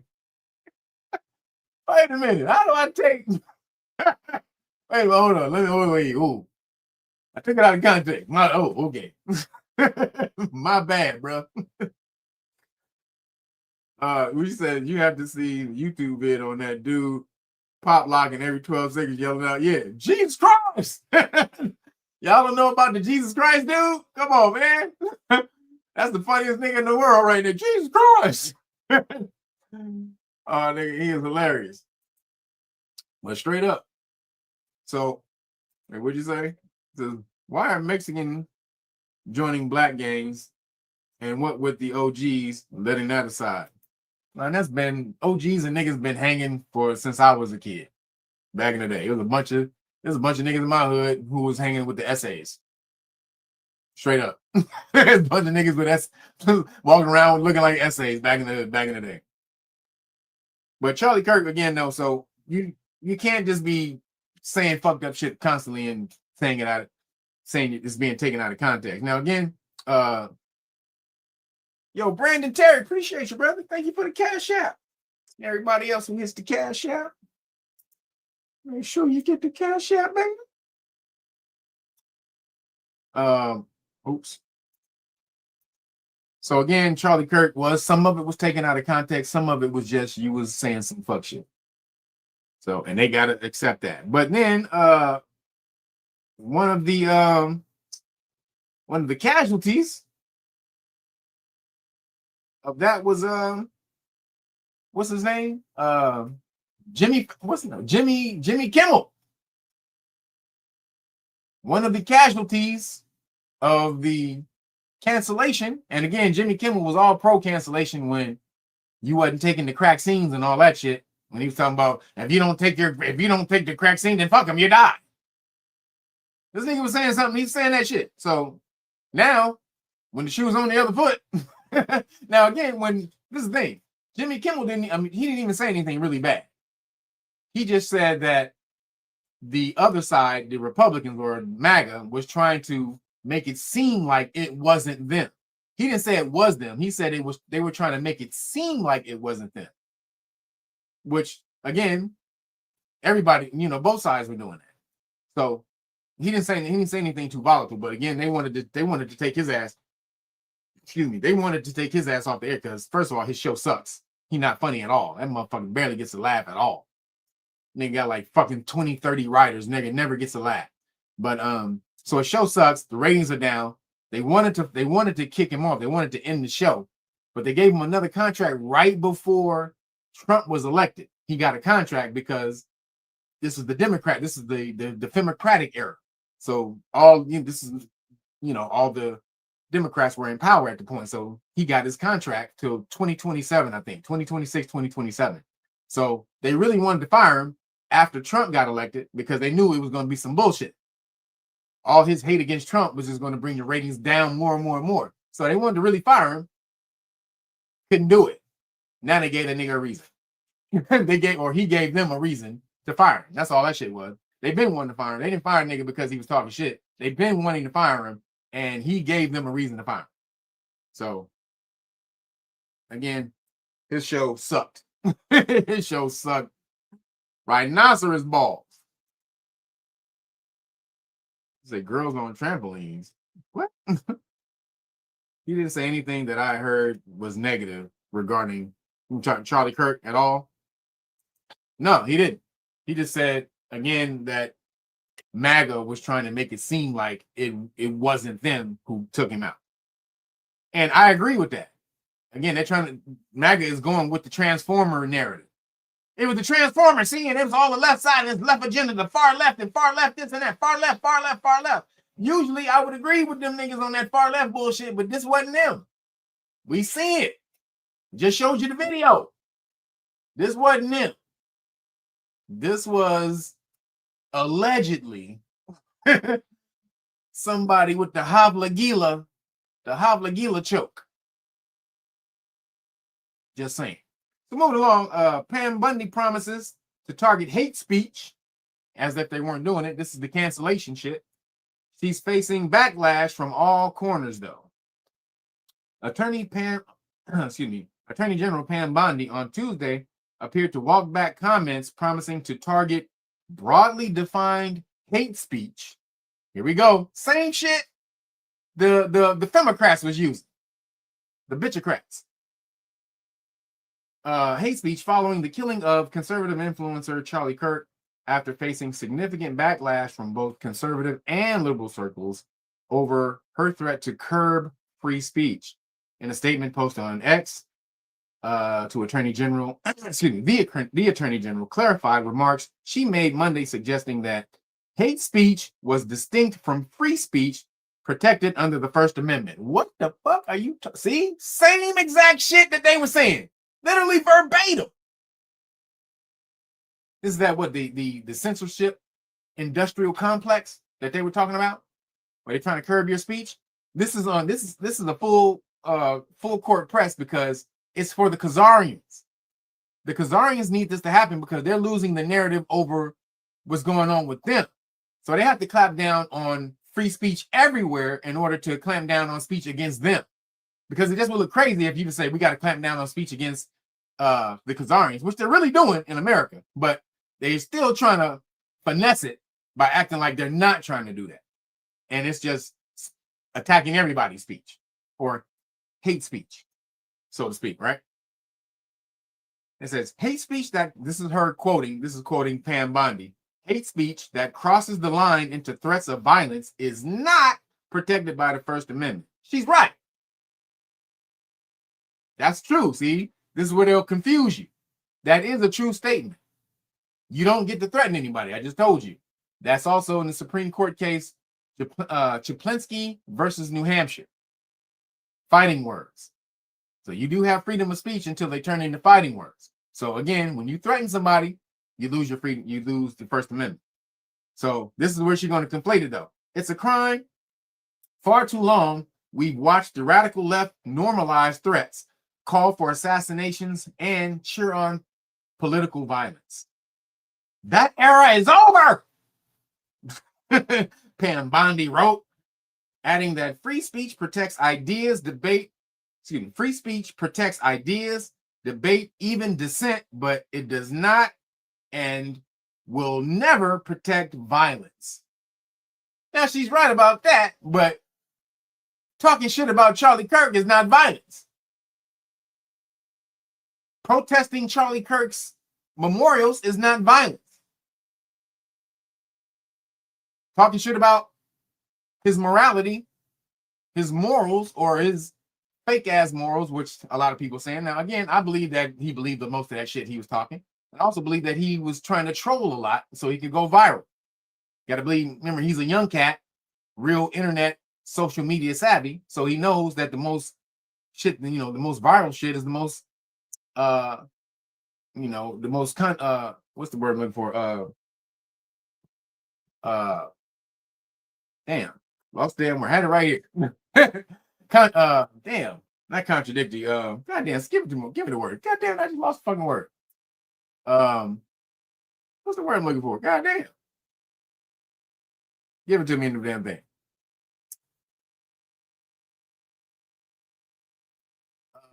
What's the word I'm looking for? Controversial. Thank you. Goddamn. No, thank you, Rob. Goddamn. I was like, goddamn, the fucking word is right here. Just let him. Controversial. So the most viral things are the most controversial shit. He knows that. So when he says crazy shit, it's a lot of times he doesn't believe it. He's just saying it because he knows it's gonna go viral. He's gonna get a lot of, and it's gonna, first of all, he knows it's gonna piss somebody off. He's gonna piss off the other side, which is that's a win for him. If he can just piss off the other side, if I own space in your mind just with my speech, then great. All good for me. So again, that's what he was doing. He says, finish the statement about empathy, dude. He said that I would never feel your pain. He believed in sympathy. He believed in sympathy. Sympathy. I said empathy. Now, sympathy and empathy are two different words. But sympathy, and that empathy was trying to identify with pain that you never could. Impact. How could you never feel pain? You can have empathy for somebody, especially if you've gone through the same thing that they've gone through before. You can feel empathy for somebody, and also you can imagine yourself being in someone's shoes and what that would feel like if it happened to you. Do I need that for it to happen to me to know that I don't want to be shot? Or I don't want my family member shot? Or if somebody family member is shot, I know how that would feel to have my family member shot. So I empathize with their sorrow.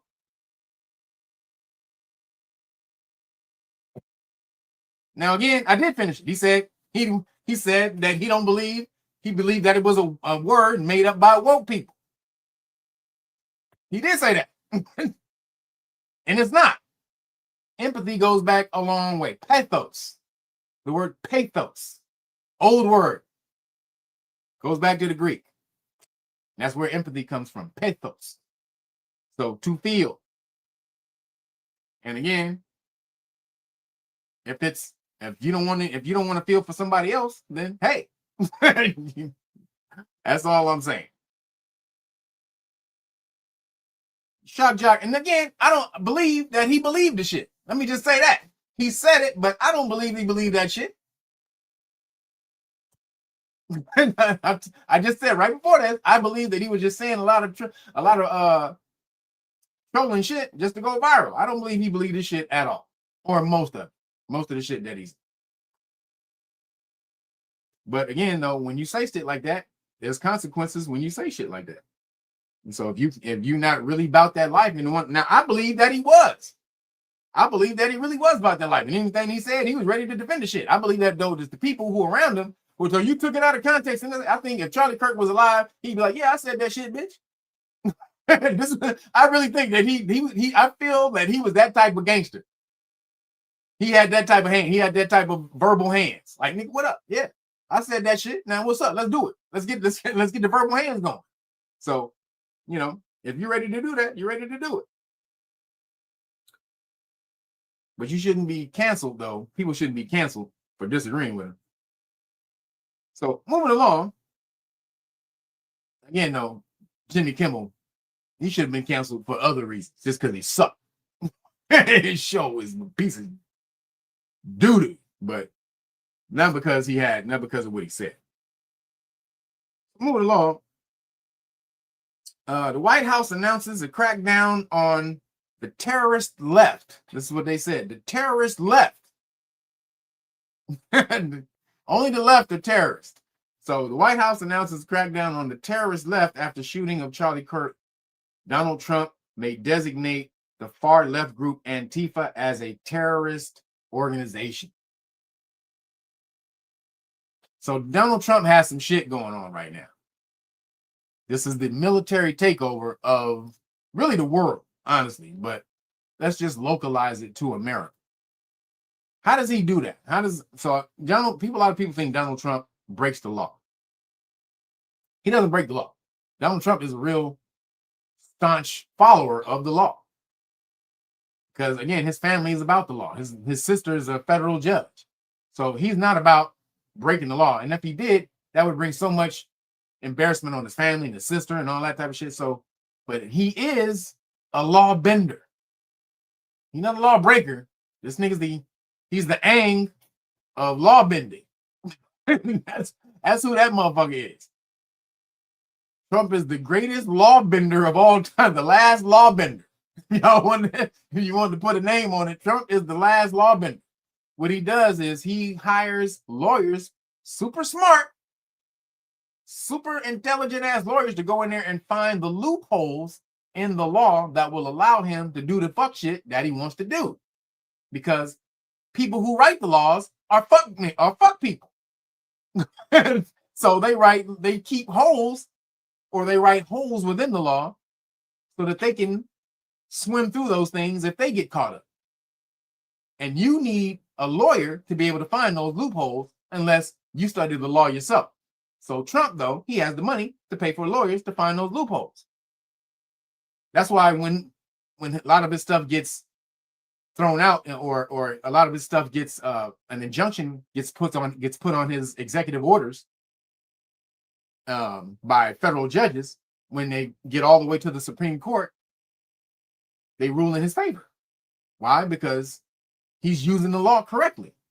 And it's basically your interpretation of the law. Really, again, this is when eventually you'll get in here and you start learning shit like this. So, excuse me. There's a maxim, a legal maxim that says the law is what it is, but it leaves much room for interpretation. So it's written how it is, or the letter of the law is how it is written. It's called the letter of the law. Now, it doesn't say that we have to see that the same way. So in court, if I can convince a court and a judge or both that the way I see this law, my interpretation of this law is better than my opponent's, then I will win. So truly, it's not the person who knows the most law in court who wins. It's actually the most creative person in law who wins in the courtroom. That's why Johnny Cochran, if it doesn't fit, you must acquit. This nigga went in the rap. He went in the courtroom and started rapping and busting flows, and they was like, "God damn, this nigga dropping bars. You win." They didn't know what to do with that shit. A nigga never went and entered the courtroom and started dropping bars. Like, nigga, if it doesn't fit, it must. What law book? What law book is that? Hold on. Wait, hold on. What law book is that? I need to know. Hold on. That doesn't sound like a rule. Hold on, man. I'm looking, motherfucker. I'm looking. What? It's not in here, Your Honor. It's not in here. It's not in the book. If it doesn't fit it's not in here. So, like, nigga, no, it's a freestyle. That's how you got to get down if you want to win in court. So Trump finds the loopholes, and he's found the loopholes that allows him to bring the military into the states. Found one loophole with DC. The other loopholes is making the cities work with him by taking federal assistance away if they don't. He can do that. It's fucked up. But if your city don't want to work with me, good luck with them goddamn them public food programs, my nigga. Woo, goddamn. Them public food programs gonna get kind of light up in here, my nigga. Oh no, God. So that's how he forces the other states to go along with him legally. See, loophole. Not against the law, just bending the law. What he says, yep, they got him up out of here. He probably on that island. Are you talking about? Y'all talking about somebody else? I swear my 15-year-old need to get into law because he tries to bend stuff. He tries to bend stuff all the time. So I tried to rap in traffic court and got held in contempt.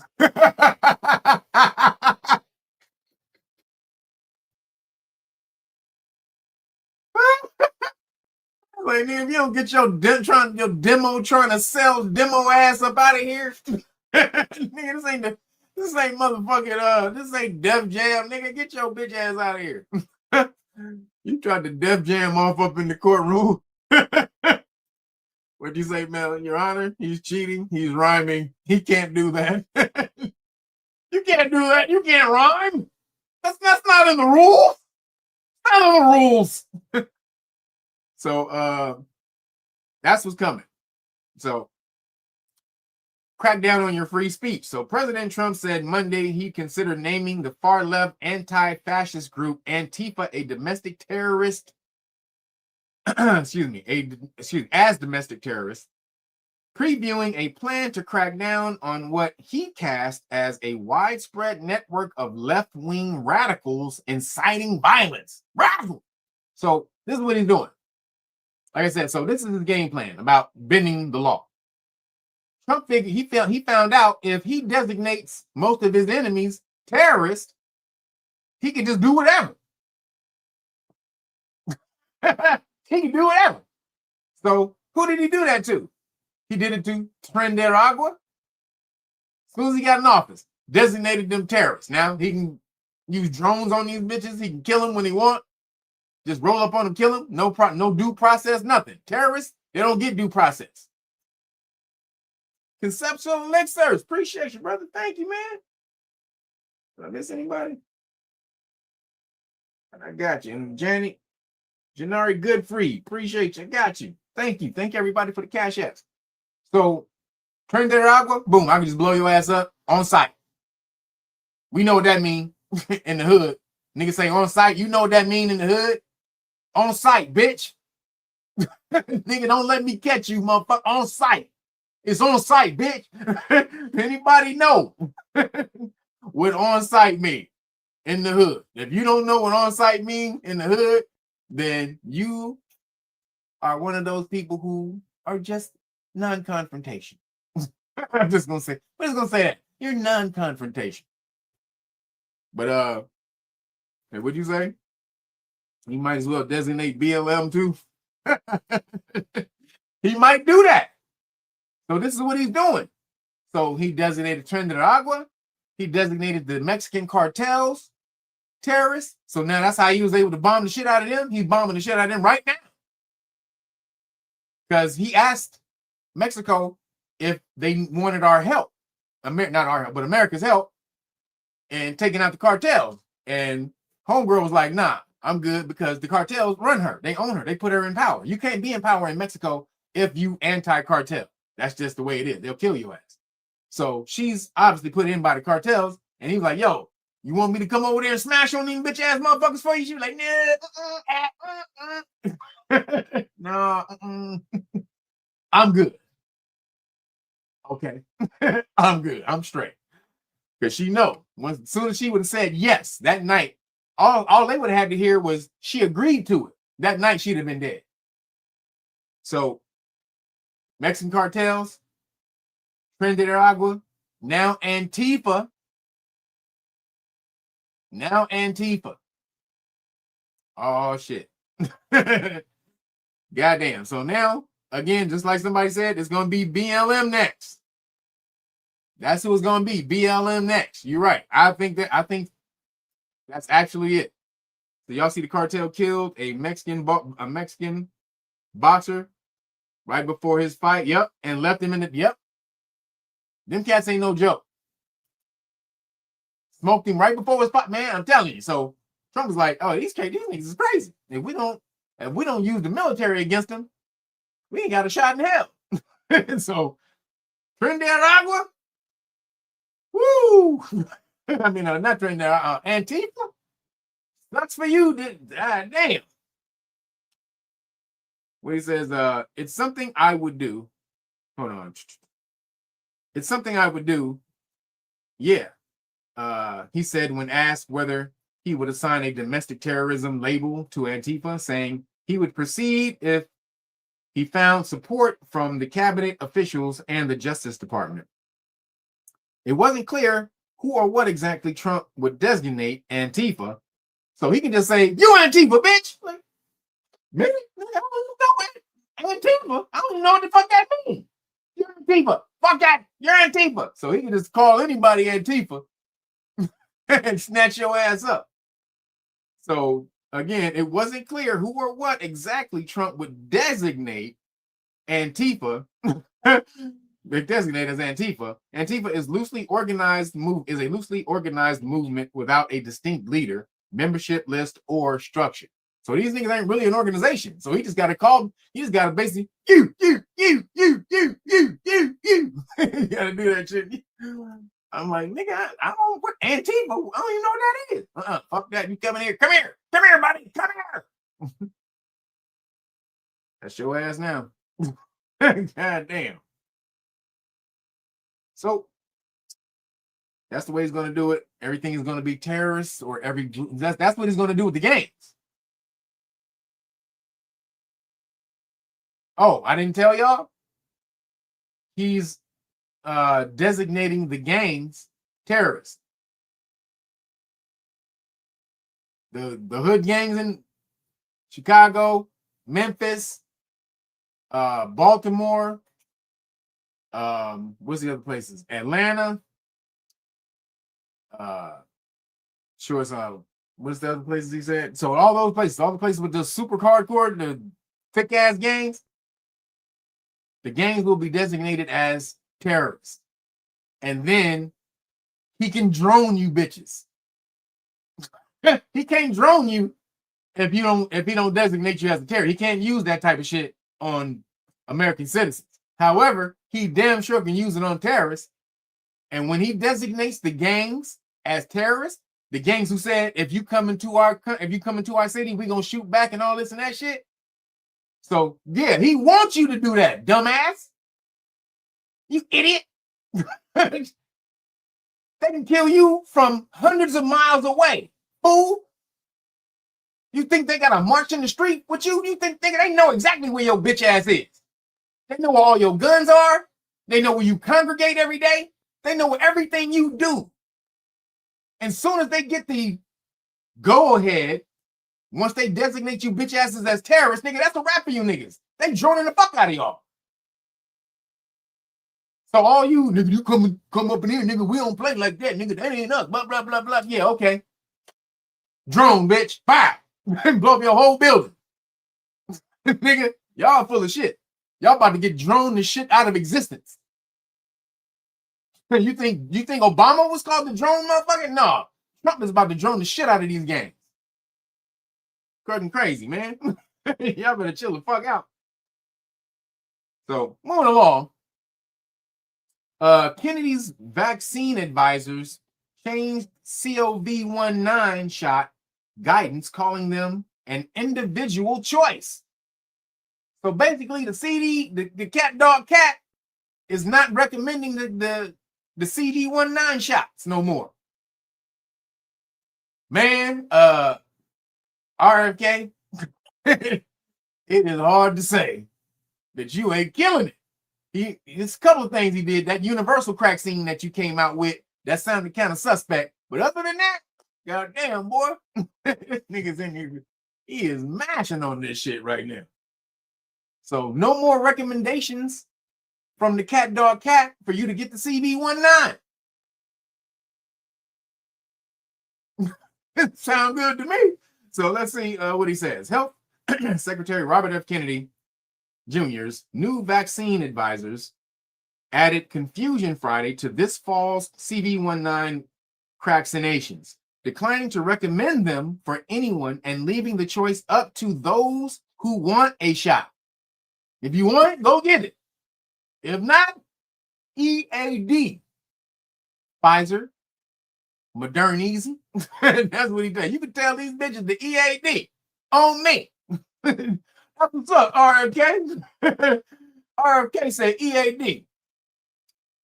So until now, the vaccinations had been recommended as a routine step in the fall, in the fall for nearly all Americans, just like the yearly flu vaccine. The FDA already had placed new restrictions on this year's shots from Pfizer, Moderna, Novavax, and Novavax, reversing them from people and Novavax, reserving them for people over 65 or younger, ones who are deemed at a higher risk from the virus. In a series of votes Friday, advisors at the CDC took the unprecedented step of not recommending them for high-risk populations like seniors. Instead, they decided, people can make individual decisions after talking with a doctor, nurse or pharmacist. Up to you, goddammit. Shout out to RFK Jr. This nigga is killing it. Fired everybody in the cat dog cat. Fired most of the people in the FDA, or they left when he got there. He either fired them or they left. That's, hey, nigga.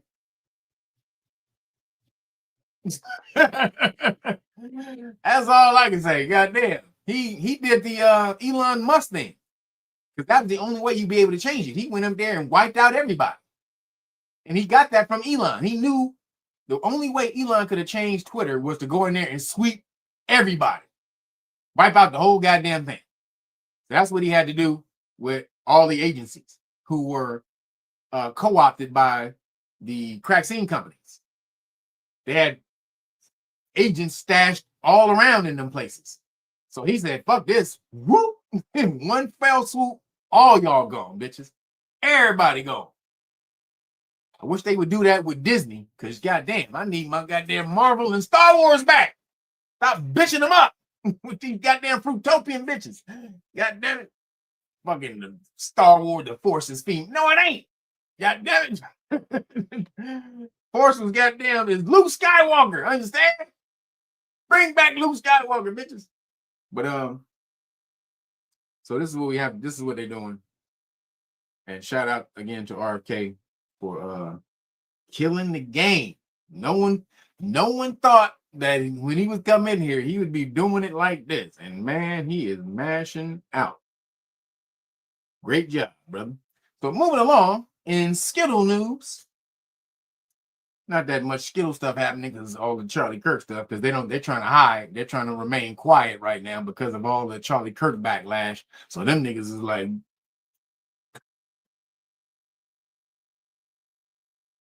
them niggas is hiding. Like, nigga, don't look at me over here, my nigga. So in Skittle news, Trump asked the Supreme Court to allow him to enforce transformer and non-binary passport policy. So he issued an executive order before saying that you can only use the male and female on the passport.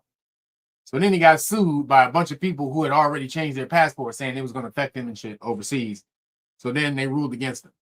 So it says President Donald Trump's administration asked the Supreme Court on Friday to let it enforce a passport policy for transformer and non-binary people that requires male and female sex designations based on birth certificates. The Justice Department appealed a lower court order allowing people to use the gender or X identification marker that lines up with their gender identity. It is the latest in a series of emergency appeals from the Trump administration, many of which have resulted in victories and amid litigation, including on banning transformer people from the military. Excuse me. The government argues it can't be required to use sex designations it considers inaccurate on official documents. The plaintiffs, meanwhile, say the policy violates the rights of transformer and non-binary Americans. Please, it violates your rights to call you what you are when you were born. Are you stupid? You don't have a right to be called something else. The hell are you talking about? By the government? The State Department changed its passport rules after a Trump Republican handed down an executive order. After Trump, a Republican handed down an executive order in January declaring the United States would recognize two sexes as male and female. So it went all the way to the Supreme Court, and now Supreme Court got a rule on it. I think they're going to rule. Now they may kick it back. Now this is pretty big because by ruling on this, the Supreme Court is ruling on if there are two genders. But they may try to weasel out of it and say, well, we're not going to answer the question of whether there are only two genders. We're only going to answer whether it can be used on federal documents. So now this is how they weasel out of shit. We're not going to say that, there's only two genders. This is probably what they're going to do. So they can, they can appease everybody. Or we're not saying there's only two genders. We're just saying for federal document purposes, you can only use two genders as a designation when traveling. So this is probably what they're going to do, which is going to be a win for the Trump administration. And it's going to be a building block to, saying that there's only two genders, which, God damn it. God damn, we gotta get some sanity back in this bitch. But wait, what'd you say? Charlie stated that one could never experience another's pain. Bullshit. Of course you can. Those young cats wolfing were put up to do that by the YouTubers for views. Okay. Yeah, this is one thing that it did. The Christians are going crazy. This is a revival of Christianity around this bitch. Like, goddamn, did we really need that shit? Now, I would say, as a counter to the other bullshit that's been going on, what they made a religion is Fruitopia. So when Christianity got pushed to the back, they tried to make this woke Fruitopia rainbow shit a religion. So as a counter to the rainbow religion, yes, I would say if that's the lesser of the two evils, yeah, bring back Christianity. However, Christianity is still just a school for you not to be caught up in. Once you learn those lessons, you move on and keep on moving on to different schools. He says next Christian, the next Christian Voltron. That is straight up. They is Christian Voltron the fuck off right now, bro. This is Charlie Kirk was a great Christian. He was a great supporter of Christianity. We love him. Great supporter of God, a great representative of God and Christianity. Oh my God, Jesus Christ. Now I ain't even a Christian. Got me saying Jesus Christ. God damn it. But shit, man. It says Christianity versus Christendom. Yep. And what you say? Don't forget, Christians have dollars. They got that moolah. And that's the reason, quiet as kept, that's the reason that the Khazarians are in power over here. Because the Christians believe that if they support Israel, that they're going to go to heaven. That's what they believe. If we support Israel, because in the Bible they say you have to support the chosen people or whatever, and in their mind, that's the state of Israel. The man-created state of Israel is what they were talking about in the Bible, in their mind. So if they don't support Israel, then they're going to hell. What's his name said that on Tucker Carlson? What's his name? Ted Cruz. He said that shit to Tucker Carlson. If we don't support the I want to be a good Christian and make sure I support the chosen people so I don't go to hell. We don't go to hell. What? He was like, wait a minute. You trying to say Israel is the chosen, is the one that they were talking about in the Bible thousands of years ago? The state of Israel. Stop it, bro. Stop it. So Christians support them because they don't want to go to hell. That's the real reason. He says Jews spit at Christians, and yep, they sure do. But over here, got those niggas locked up in the mind. Israel equal Jacob. Yep. So, all right. So moving along. If that happens, then that's going to be some good thing, but you're not going to hear the end of it. You're going to get some crazy ass Fruitopian new passport that they try to get passed in Congress or something like that. So moving along, still in Skittle news, the president of America's biggest university steps down over trans indoctrination.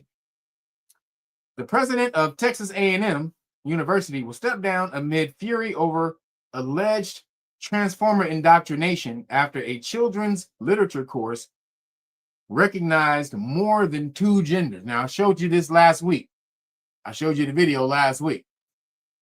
And the teacher got all the backlash. She got fired or whatever from Texas A&M. Now, the head of the school, the president of the whole damn university, like, nigga, nah, she didn't just do this. You were allowing this when you knew the new law said that you can't do that and people can opt out of these curriculums. That's the new law that was passed in Texas. So what you doing?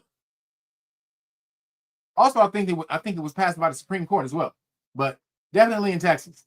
So you can opt out of these utopian curriculums if you don't want, and they can't be pushed on you in the schools. So she went and did it anyway. Boom, got kicked out. But it had to come from somewhere, and it came from the top, which is the president. So, assalamu alaikum. Assalamu alaikum. So, the president of Texas A&M University will step down. Hold on. Oh, sorry, I read that. Mark A. Welsh III will leave his role on Friday, according to the University Board of Regents. It comes just days after the lecturer of the course, Melissa McCowell, was fired. 2 other administrators were also removed. President Welsh is a man of honor who has led Texas A&M with selfless dedication. Texas A&M Chancellor Glenn Hagar said in a statement. At the same time, we agree that now is the right moment to make a change and to position Texas A&M for continued excellence in the year. Basically, fuck this nigga. He's been great. He's been a pillar of Texas A&M. You've been a pillar of our community, man. We love you. Yeah, you forgot your erasers in the drawer there. Yeah, we're just don't leave anything in the drawers. But man, it's been great. It's been great having you. I mean, I won't be the same when you're not here. I wouldn't be the same without him meeting you. Yeah, can you pick up your your little thing over there in the corner? Yeah, we got to clear everything out of your office here because but you're great. You're a great person. Always remember that when you're looking for a job at Texas A&M, we think you're great. Like, okay, I'll take that with me. Like, motherfucker, I'll beat your ass. Firing me but calling me great, but why are you firing me? Well, put your foot in my ass, no diddy. When I'm going out the door, hell no. If I was, or what's his name, President Welsh, nigga, I would throw everybody under. You know he got to know some dirt, nigga. You've been the president of the school. First of all, you've been at the school for 20-something years, and you've been the president for at least 10 years or whatever. Hey, man, you got to know some dirt up in this bitch. I would say, hey, nigga, everybody, I'm Nino Brown. If I'm going down, I'm taking a whole bunch of people with me. I'm taking a whole bunch of people with me. Straight up. What up, Geechee Dan? He said the smartest thing Trump did was sue like 100 of the top lawyers in the top firms, then settled with them if they agreed to work for him free. Yep, for free, which he did. Yep. It was just a few months ago. Yep, he sure did. He tried to kick them all out. Do away with their security clearance, everything. So he jumped on them and then said, look here, bitches. If I back off, y'all work for me now. Y'all niggas work for me. So again, Trump, I told you he's a law bender. That nigga Trump is the last law bender, I'm trying to tell you. So hold on a second.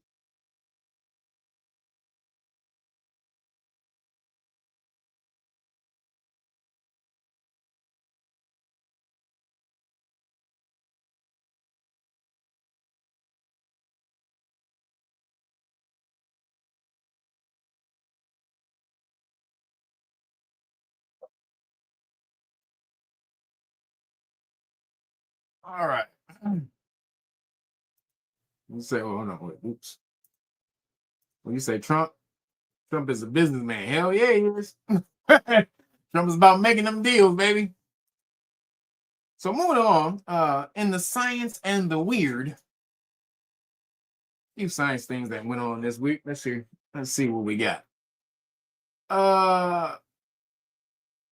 So some solar storms are set to batter Earth, sparking blackouts and northern lights as NASA warns the sun is waking up. So what does that mean? The sun is waking up. Was the sun asleep? Did they tell us the sun was asleep at any point in time? I don't think they did. So the sun is waking up. So it says our sun has unexpectedly began to ramp up its activity, which could lead to more severe solar storms that cause blackouts and disrupt global communications. NASA revealed that our solar system's home star had been getting quieter and weaker for about 20 years. But that surprisingly changed in 2008, and scientists are still trying to figure out why. It was before that. We're going to break this down. This is very important, actually. Which is why I did the story. Scientists found that since 2008, the sun's solar winds, which are streams of charged particles, has grown stronger with increases in speed, density, temperature, and magnetic field strength. This increased solar activity could lead to more powerful solar storms, which regularly hit Earth and cause disruptions. Geomagnetic storms have the potential to damage power grids, leading to blackouts, interfere with satellites, and disrupt communication systems and GPSs. Says stronger storms could also make the northern lights visible in more places further south of the North Pole, but the risk to technology and infrastructure will require careful monitoring.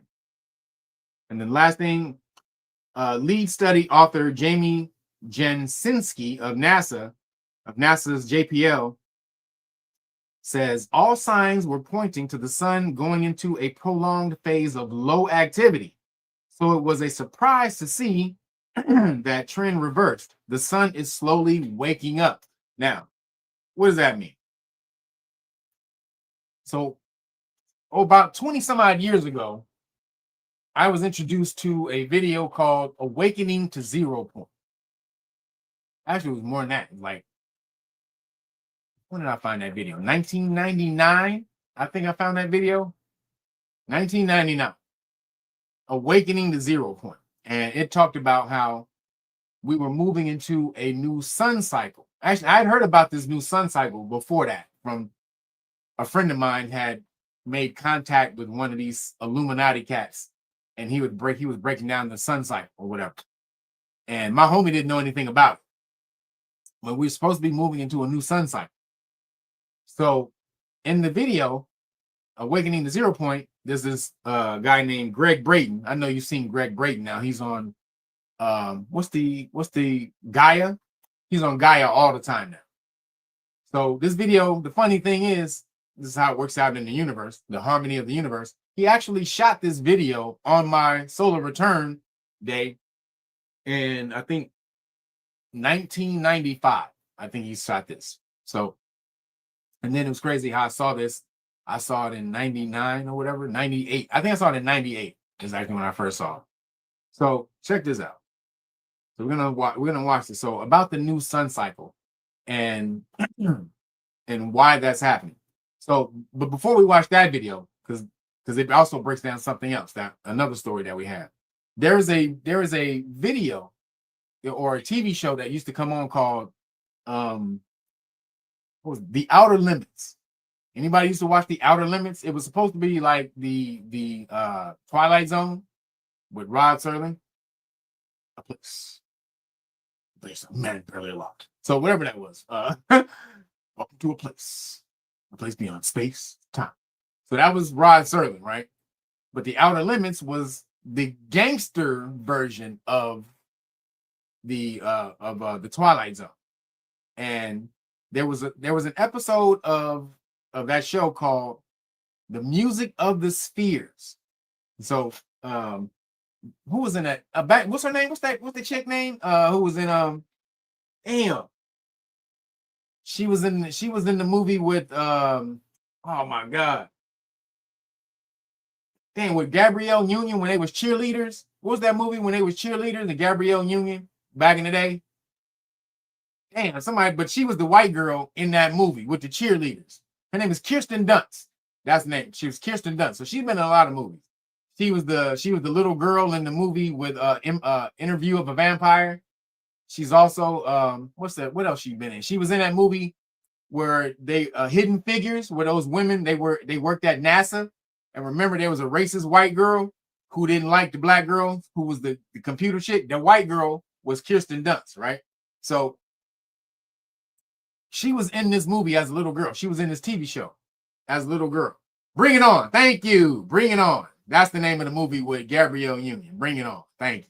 God damn, I can't remember that shit for nothing. So Bring It On. So that was the white girl. So before that, though, she was in this TV show, this one episode of this TV show called The Outer Limits, Music of the Spheres. And in that show, they broke down, there was a new sun cycle coming. So basically what happened was there was they had found some type of music transition or transmission that was coming from somewhere. This one kid, he worked in the science laboratory at school. And while he was working on the science lab, whatever, he found this transmission of this sound. Didn't know what it was. Recorded it, took it home. His sister took the tape, which was Kirsten Dunst, took it to school, played it. Then all the kids at school started loving it and started getting into this trance or whatever. Then he started playing it for all the kids. Everybody started going into a trance. They didn't know what the hell it was. But all the kids loved it. They couldn't turn the music off or whatever. So then when they finally turned it off, the kids started getting crazy and sick. So they had to turn it back on. They didn't understand what it was. Then finally, eventually they figured out that it was a transmission sent from another galaxy. It was an alien transmission being sent from another galaxy, preparing the Earth for a new sun cycle. So let me show you all this real quick. Let me see if I can share the screen. Okay.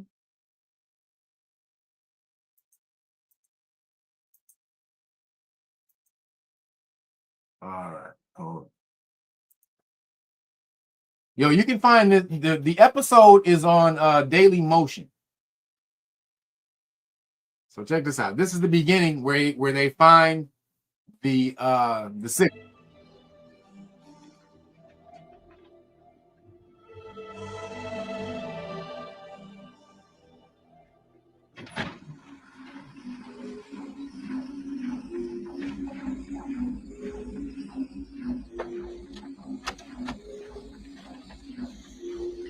Devin, what are you listening to? Listen. Can you hear that? I hear noise. No, there's a pattern in there. It loops over and over and over again. I can just barely make it out, can you? No. There's something in there, I know it. Uh-huh. Did you run it through the computer? Technically, the pattern recognition program says that it's just noise, too. But it came in from the direction started, so it has to be something, don't you think? Yeah. I hate to be the one to break this to you, Devin, but I think you're imagining things. Could you turn that down? You know, you wouldn't be the first student of mine whose imagination turned some background radiation or atmospheric bounce into messages from another world. So that's the signal. So we're gonna move ahead a little bit to where his sister finds it.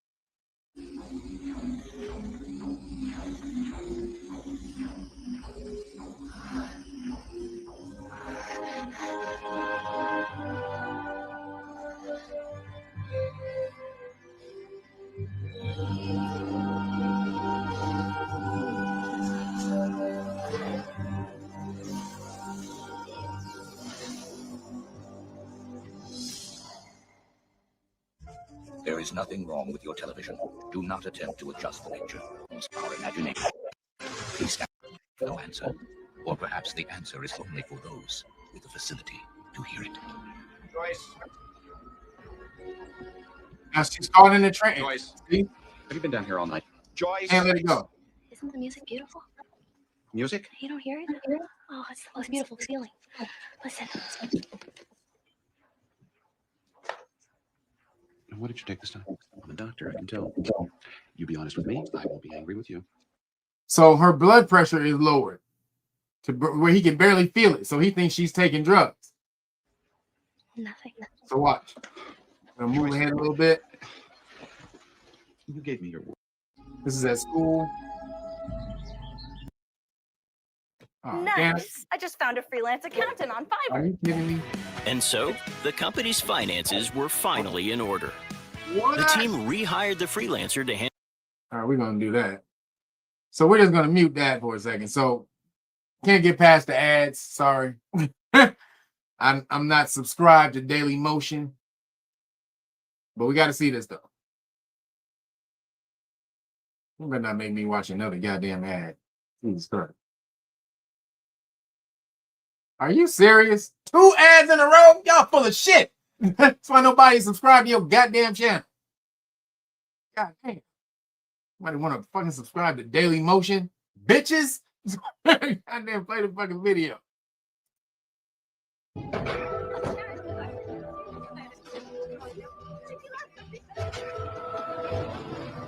Hold on. What? You gotta give me copies of this, man. We gotta spread the word. Just give me my tape back. What? So this is the kids listening to it. They're all.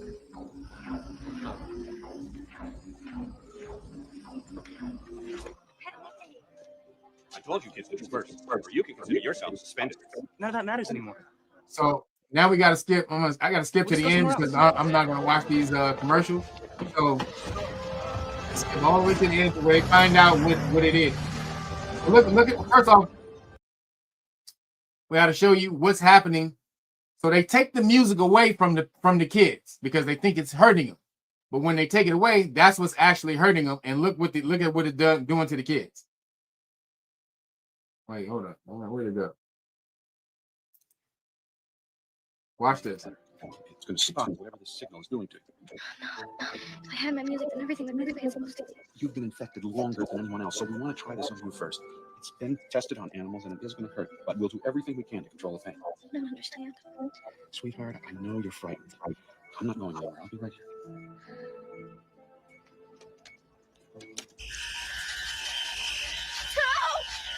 BP 140 over 90. Royce. Start on morphine drip. Stack. BP 180 over 120. Pulses event. Just a little longer.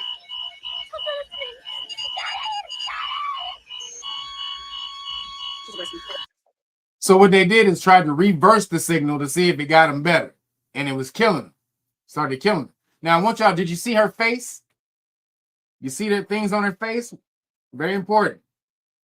Look at that's on her face, right? That looks like a piece of gold or something like that. Very important that y'all watching this, right? So here we go. I'm about to skip to the end. You gotta watch. If you want to watch it, you gotta watch it yourself on Daily Motion. Watch this. BP 140 over 90. Royce. The CDC has made its official recommendation. Wherever possible, the transformation should be encouraged. Hold on. Solar activity, the sunspots, they were... As far as possible, we're being any normal planet new, more easy to accept. Didn't Joyce even say that she was ready, right? Deep down inside. Hold on. I think I know what's happening. Devin, the entire scientific community is studying this problem. We haven't even scratched the surface. Because they can't hear it like I can. The more I listen to it, the more beautiful it sounds. The more I learn to accept it like Joyce. Devin, look at yourself. You have to stop listening. The disease is starting to affect your thinking. But what if it's not a disease? I mean, Dad, isn't it true that the only ones who died so far are the ones we tried to cure? Hold on. Yes. Right, you see? The signal is not meant to harm us, only to change us. Every living thing, the more I listen to it, the more I hear that. I feel it. But that's the endorphin effect. It's like an opiate. No, that's just to make the change less painful. More easy to accept. Didn't Joyce even say that she was ready, right? Deep down inside, she knew. Her body knew that it was time to change. What kind of change? Look, I bombarded everything on this table with high levels of ultraviolet radiation, enough to kill any normal plant or animal. The only ones that managed to survive are the ones that I exposed to the signal. We're changing. We're being changed for a reason. How far back do you want me to go? As far as possible. 60 years? Sure. I'm about to skip and show you the change. Their sun changed. It shifted, rather. Oh, sorry. Let me go back. This is the star that our radio signal came from, as it appears in 1937. It's a yellow dwarf, much like our own sun. This is the star as it appears today. A blue dwarf. I don't understand. Their sun changed. It shifted, rather, towards the ultraviolet. And I was about to do the same thing. All that increased solar activity, the sunspots, they were warning signs. We didn't even see it coming. But they did, because it happened to them. To survive, they had to adapt, to change. They're offering us that same choice. The music wasn't an act of war. It's an act of mercy. Boom! Do y'all see that? So the music was telling them that there was a new sun coming, a new sun cycle coming. And the sun cycle was that it was turning more ultraviolet. So in order for them to be able to endure the sun, they had to change. Now, can anybody tell me what would adapt them to being able to absorb more ultraviolet light? Can anybody? What would that be? Anybody? What would that be, everybody? Huh? What would allow them to absorb more ultraviolet light? Huh. The sun is changing, becoming more ultraviolet to where their bodies have to adapt or they're going to die. Huh. Melanin, bam. So watch what their skin changes to, because we got to show these again. Hold on. Bring it back. So watch this.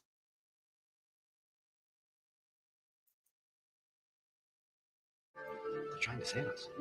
And we have received international confirmation of our findings.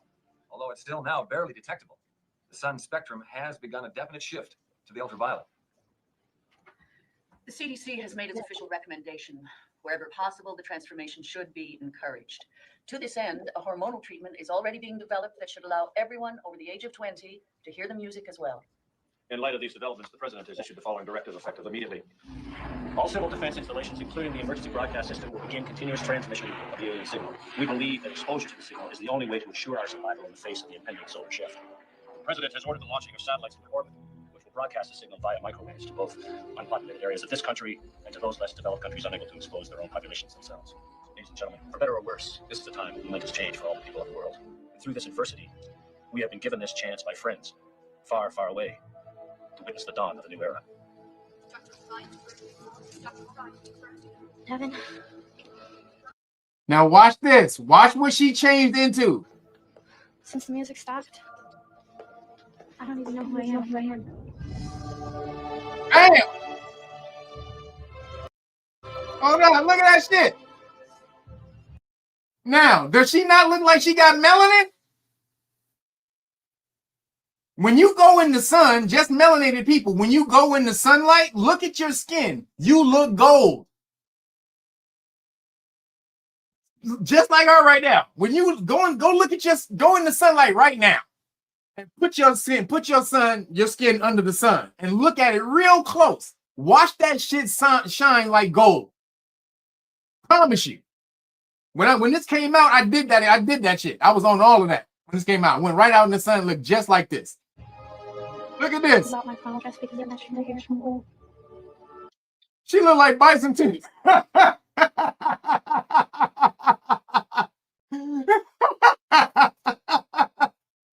She look like bison titty.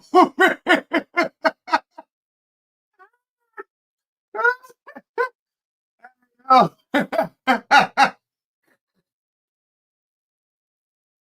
She look just like bison titty over there. Hey, that was funny. That was fucking hilarious. So that's why the Kardashians been bleeding their DNA or blending their DNA with melanated brothers. Yep. This is also why the Caucasians have been doing that. This is why they've been trying to let melanated people into their countries. They know there's a new sun cycle coming. They can't deny it.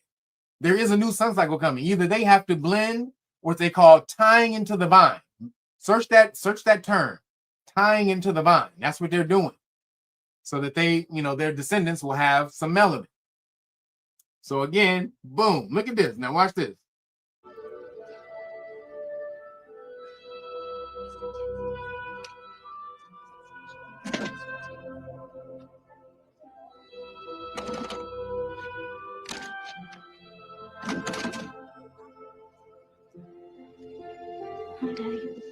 So I'm gonna show you the sun. I'm gonna skip to the sun. So some of the humans chose to do it and some of them didn't. So again, this signal was sent for Caucasian people because they're the only ones on the planet who wouldn't be able to absorb ultraviolet light.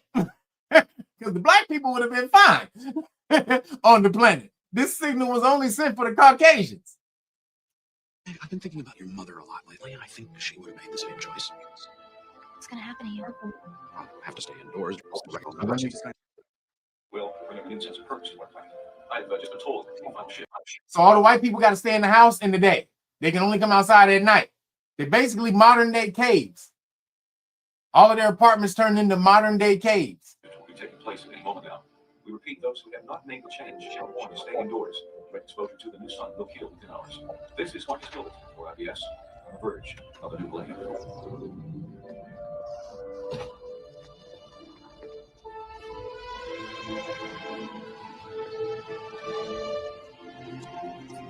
Look at this shit. Bunch of gold ass bitches. Isn't it beautiful? Beautiful? Look at that. Purple, ultraviolet. That also means the vibration is higher. Let's get that. When it's ultraviolet, that means the vibration and frequency is higher. Consciousness is elevated in an energy like this. That's what's really coming. Higher consciousness. When you see an energy like this light, ultraviolet, is of the higher vibrational frequency. The short wave that moves super fast like that. Excuse me, the short wave that moves super fast up and down, across like that. So boom, as you can see, yep, crown chakra. Straight up, crown chakra. It is said that music is a universal bridge, crossing the barriers of culture, age, and language. Perhaps eventually we will learn that it also spans those of time and space. And everything is frequency and vibration. Do you get that? So look, again, breaking it down, call it the music of the spheres. That's what the universe, that's what the multi-universe is called.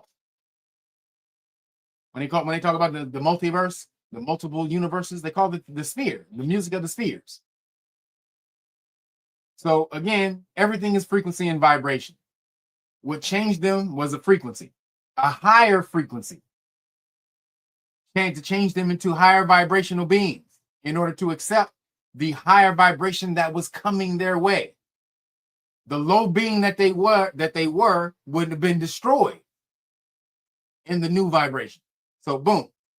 So now you see why I did the story on the sun cycle, on this new sun. They said the sun is waking up because that's what I've been talking about this for the last 20 some odd years. So, you know, but I advise you to go back and watch that episode, even though I just basically broke down most of the whole plot right there. But it's still a good episode. Songs in the Key of Life. Yep, it says grandma radiation like the Hulk. Oh, gamma radiation. Sorry, gamma radiation. So gamma radiation is black.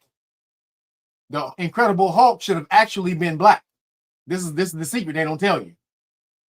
They made him green because when you go up the scale of the vibrational scale of visible light, when you go from infrared, the visible scale is from infrared to ultraviolet, right? But when you go past that, you have X-ray and then gamma ray.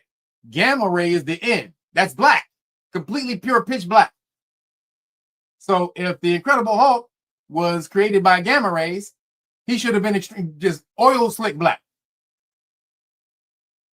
Yo, Terrence David, appreciate you. Thank you for Terrence David Hale. Let me get you the 3 names in there. Appreciate you, brother. Thank you for the cash app, bro. Appreciate you. I see you with the 717. Thank you, bro. Thank you, everybody else who is the cash app. Appreciate you guys.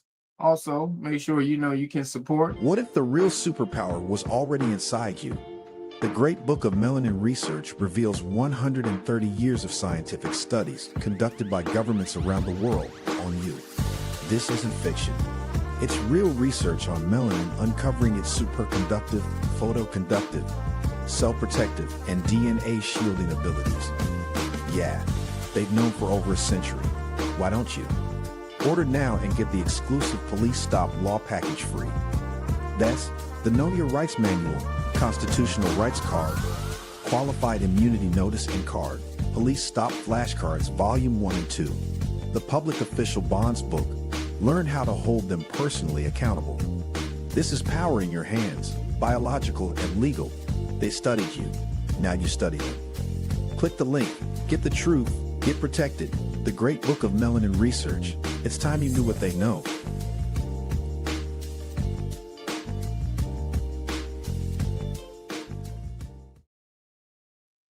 Get it! Get that book. You see, all of your science is coming to the light at this point. All of it. The melanin, the law that you need to know. It's going to have to be a new you in this new age. I hope you understand that. You're not going to be able to get by in this new age, and that's all that's the time after the Great Conjunction. The time after 2020. This new era, this new time, you have to create a new you. Can't do the old shit. So, and that's all that is use the information that's been here, that you've been marginalizing for the longest time. This information has all been here for the longest time. How to get past the popo, all this melanin information. Dr. Carol Barnes has been saying this stuff for the longest time. Dr. Richard King, what's her name? Dr. Brown, I forgot her first name, but I think it's Dr. Ann Brown. All of them, these are all scientists who've been these are melanated scientists who've been breaking down melanin for 20, 30 years. But then the Caucasian people have been doing it through this right here. the International Federation of Pigment Cell Societies. So they've had your information, you've had your information, and they've had your information. So it's time for you to get it back. So moving along, keeping in line with the sun cycle and this new time and why you need to create a new you, because again, there's a new energy coming. So if you don't create a new you, then that's what's up. Now, again, we all know that. Now you know Incredible Hulk is supposed to be black. Just so we're clear, now you know Incredible Hulk is supposed to be black or super highly melanated. Straight up. It says, we say, the fracks come out at night. Or is that the freaks? You meant the freaks? I never seen a black Hulk on any comic book, TV, or pickle. Nope. And you won't. Because if they made him black, that'd be telling you too damn much. They had to make him green. So moving along, the Earth faces a mass extinction as magnetic poles race towards catastrophe, experts warn. Now, again, this deals with the sun cycle thing I was talking about. This is now I was telling you about Greg Braden, the Awakening the Zero Point. This is where he comes in. A space weather expert has issued a dire warning that Earth may be on the brink of a catastrophic geometric disaster capable of wiping out up to 90% of humanity. Ben Davidson, founder of Space Weather News, told the Matt Beal Limitless podcast that a rapid magnetic pole shift, potentially triggered by a solar micronova, so this is where the sun thing comes in, the sun cycle changing, and he's saying, no, it's going to change the polarity of the Earth, could unleash tsunamis, climate chaos, and mass extinction. Though this speculative micronova theory, a sudden solar explosion, or through this theory, a sudden solar explosion triggering a pole shift lacks mainstream support. Davidson instead, hold on, let me read that part again. Though his speculative micronova theory, a sudden solar explosion triggering a polar shift, lacks mainstream support, Davidson insisted the underlying geometric cycle is bulletproof science. Like, nigga, this is ironclad, bitch. It's gonna pop off no matter what you think, bitch. This is a near extinction level event, and we are in the middle of it right now. This is all has to do with the Great Conjunction, a polar shift, new sun cycle. I'm telling you, you are in a massive time right now. A super powerful time that happens once every damn near millennia or a couple of millennia, if that. So you need to understand what your power is right now. Said Davidson, emphasizing a cycle that occurs roughly every 6,000 years. See, with a more severe event every 12,000 years. Earth's magnetic field, our shield against solar and cosmic radiation, has weakened by up to 15% since the 1800s, leaving us vulnerable to devastating solar storms. The north and south magnetic poles are racing towards a collision in a Bay of Bengal. In a Bay of Bengal? What the hell is that? What the hell is a Bay of Bengal? So let me read that again. So the north and south magnetic poles are racing toward a collision in the Bay of Bengal, while auroras, once rare at low altitudes, now appear every 15 to 20 times in just a few years, signaling a failing shield. Meaning, if we're getting like aurora borealis and all that type of stuff, those colors that you see in the sky, that's not supposed to happen to us that frequently. But because it's happening to us so frequently, means we're losing magnetic field. We're being less shielded from the sun. And that's what he's saying. So again, all has to do with the sun side. Remember, Greg Braden came out with this in the 90s. He did this Awakening the Zero Point 30 years ago. That's when it came out. 30 years ago on my birthday. 30 years ago this year. On my birthday would have been 30 years ago. So it says everything we expect to see is unfolding now, confirming excuse me, we're not just due for this event, it's happening. And it's a massive threat, Davidson told the Daily Mail. Geographical records have shown the Earth is overdue for a catastrophe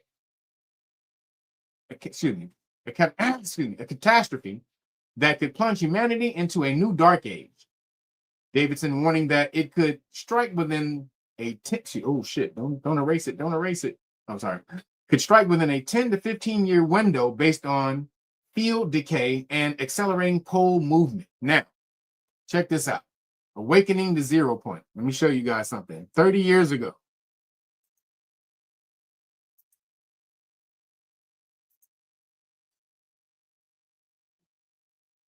bam. Check this out. Shout out to Greg Braden. And this was, again, made on my solar return. Here we go.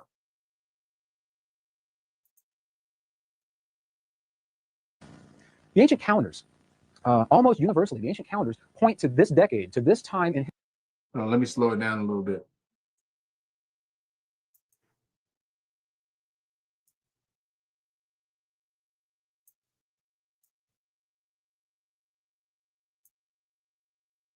All right. For back to this as we move through this body of information. The ancient calendars, almost universally, the ancient calendars point to this decade, to this time in history as being unique, not only in human history, as we have known it for the last 200,000 years or so, to Earth history, to geologic history as well. Almost universally, the calendars, Chinese calendars, Tibetan calendars, the Mayan calendars, the Egyptian calendars, that were developed thousands of years ago end in these days. They end in this time, and they all point to now as being a time that's very unique in history. This is an image of, it's taken from the wall of the Temple of Dendara in Egypt. And I know from where you are, it may not be clear what this image is. I'll give you a schematic next. I'll show you a schematic drawing so you can actually see what we're looking at. This is the original zodiac calendar from this temple wall. This is where the original patterns of the zodiac come from. This calendar, this Egyptian calendar, began nearly 39,000 years ago. Now, 39,000 years ago, this calendar was developed, and it ends now in these days. The Mayan calendar, by some estimates, over 18,000 years old, points to now, to this time in history. Jose Arguelles, in his book Mayan Factor, suspected that that Mayan calendar measures something much more than time, in addition to the passing of linear time. What the Mayan calendar says is that time, as you and I have always known it, actually ended in July of 1992. And between July of 1992 and December of the year 2012, you and I are experiencing the interface, a transition point between two kinds of time as they are defined by the light received upon the Earth, tying back to the photon belt. During that time, Mayans were so specific about this period in time that they even had a name for this time. They called it no time. Now you remember about the light received upon the Earth. Remember now that sun cycle brought upon that purple light, the ultraviolet frequency vibration. And they said those who would live this interface period between the time that's always been and the time that is yet to be, those who would live this time would be living the time of no time. And it would take a very, very powerful being, a very special being, a being capable of remembering and focusing and holding the focus of the nature and the intent of their life purpose to live during this transition time. So the Mayan calendar, 18,000 years old, points to these days, to this time in history. Why are these calendars all pointing to now? What is the trigger that is allowing this shift, allowing a change of some kind to happen according to these calendars as we know them now? To really understand what this process is all about, all of the phenomenon, all of the unprecedented and outrageous things that we're seeing happen for which there are no reference points, to really understand the continuity and the related nature of these events, I believe it is key to begin to view the Earth through the eyes both of the ancient traditions and the language of our modern science. It's the marriage, the union of those traditions that allow us the understanding and the wisdom to move forward through this unprecedented time in history. So as we go to the Earth, just for a few moments, this will look like maybe like Science 101, just for a couple of moments. I'll ask you to consider this. You may have done this experiment at some point when you were in school. If you didn't, you can do it at home on your own. You can go to any hardware store, take a bar of iron, and wrap a conductor around that iron, copper wire, a certain direction, and pass electricity through that wire in one direction. And what will happen is the iron bar develops a phenomenon known as polarity. It has a north and a south pole. Okay? When the electricity is shut off the polarity goes away. It is the flow of electrons, now this is important, the flow of electrons in a circular fashion around the iron that produces the fields of the magnetics. Okay? Now, if you take that same iron bar with the same configuration and pass electricity in the opposite direction. Okay, so we're just passing electricity in the opposite direction. Electrons moving in a circular fashion around the iron in the opposite direction. We still have a north and a south pole. Look what's happening. The poles have reversed. What was once north becomes south, and what was once south becomes north. That concept is a beautiful metaphor for precisely what is happening on Earth in our world right now. Until recently, when we looked at a cross-section of the Shalon Mitchell, thank you for the Cash App. Appreciate you. Everybody who visits the Cash App and donate, make sure you know that the best way to support me is going to realnagas.com, getting the great book of melanin research, and I will hook you up with all the 5 decks of flashcards, plus the whole police stop law package. So appreciate you guys any way you support. So let's get back to it. So there's a reason, real quick though, there's a reason he's talking about hold on, so there's a reason he's talking about an advantage in the way. Reason he's talking about how the magnetic bar, the energy or the energy field being, or the north and south pole of something being dictated by the direction the energy is flowing into that thing. So meaning if it's flowing from the top, North Pole, flowing from the bottom is going to be the North Pole. So let's watch. The Earth, we believe that the Earth looked very similar to what you're seeing here. This is a cutaway diagram that was made back in the early 1990s, and we're seeing the crust as the blue portion, the thin layer of the crust on the Earth, the thicker mantle, and the yellow and the red, the outer and the inner cores of the Earth. Within just the last few months, what we've discovered is that even this image now is obsolete, as we've discovered that the center core of our Earth is not a sphere at all, that it is crystalline in nature, following the form of a platonic solid, an ancient form that we know as the dodecahedra. It is approximately 98% iron. So if you'll think back to the little demonstration that we did just a few moments ago of the copper wire wrapped around the iron bar, electrons passing through that wire in a circular fashion around the iron generate the magnetic fields. Well, when I was studying geology to become a geologist back in the late 1970s, one of the big mysteries was, where do these magnetic fields come from on the Earth? We knew they were there. Where do they come from? What the ancient texts have told us, and what we now know, have been able to demonstrate, is that these magnetic fields result from the same metaphor as the electrons passing around the copper wire and the iron bar. Earth rotates. If you look at a model of the Earth, here's our Earth. Earth rotates about an axis. Okay, and in that rotation, what is happening is, to be very clear about the mechanism, is that the overall rotation is occurring, and within that, the mantle inside the Earth rotates at a different speed, and the outer crust rotates at a different speed, and the inner crust, the inner core rotates at a different speed, and they are all rotating simultaneously at varying rates. In that rotation, what you have is essentially electrons moving around iron, the iron cores of the Earth.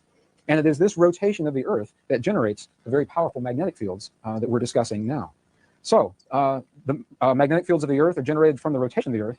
There is something very interesting that is happening with the magnetic fields of the Earth right now. Researchers have known for years that the faster the Earth rotates, the stronger the fields, and the slower the Earth rotates, the weaker the fields of the magnetics are. Okay, now that's important. Look at this. In this image, what you're seeing here, this red line is a line of the magnetic fields of the Earth through time. Time is passing in this direction. Right here, this is the present time today. Now we're looking 2,000 years ago. And what we see is that 2,000 years ago, the magnetic fields were at a peak. They were higher 2,000 years ago than they had been for a long, long time. And they were higher 2,000 years ago than they have been at any time since then. And what we can say is this. We can say that 2,000 years ago, Earth had the strongest, the densest magnetic fields. Earth was rotating faster 2,000 years ago, generating those strong magnetic fields. And then something began to happen. As you can see, the magnetic fields are dropping.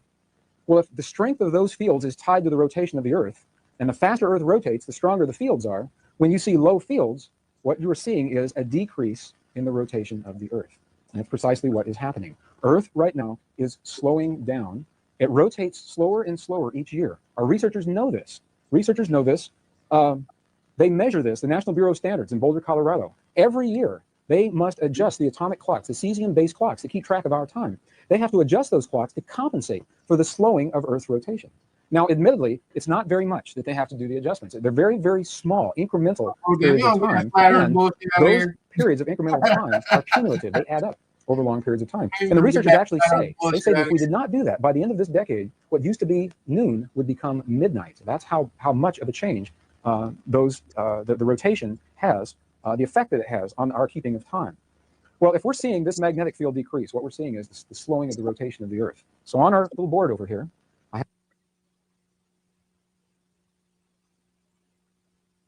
you see this red line represents the intensity of the magnetic fields of the Earth as time increases in this direction. Okay, so here's the magnetic fields on this scale here.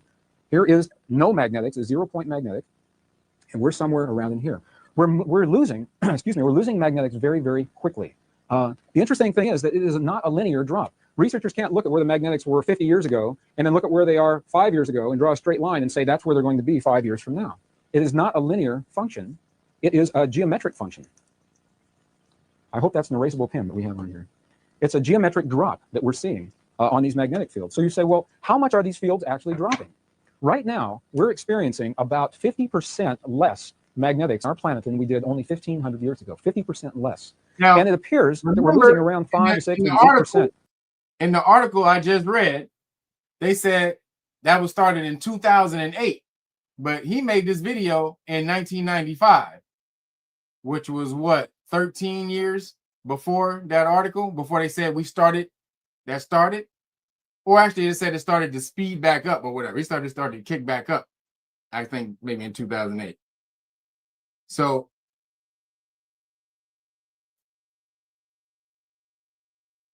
of the magnetic field every 100 years up until fairly recently, and now we're losing even more. It's happening quicker. So what we can say is the more that the fields drop, the faster they drop. Through mutual friends, I had the opportunity to talk about this information with someone from the Geomonitor organization. They keep track of things like this kind of information, magnetics, frequency, and such. And they said, yes, in fact, the Earth's magnetics are dropping very quickly. And they said two very interesting things that I'll share with you now. First thing they said was that any time in recorded history the Earth's magnetics have dropped to this degree, it has always been a precursor to a 180-degree polar reversal, to the North Pole becoming the South and the South Pole becoming North. We'll see the mechanism for that in just a moment. And the second thing that they said I think is really interesting. So in 95, so they were right. So basically in the article, it says that they were weaker, they were getting weaker up until 2008 to when they started getting stronger. So in this video, he's talking about how the Earth basically started to slow down and rotate in the opposite direction. And this is how you get in ancient times. They used to say that the sun rose in the west and stuff like that. So when the Earth starts rotating in the opposite direction, then the North and South poles change.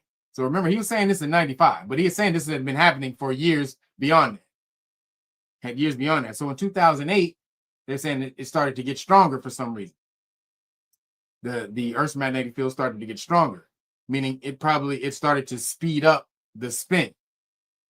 The spin of it started to get faster again, because at this point of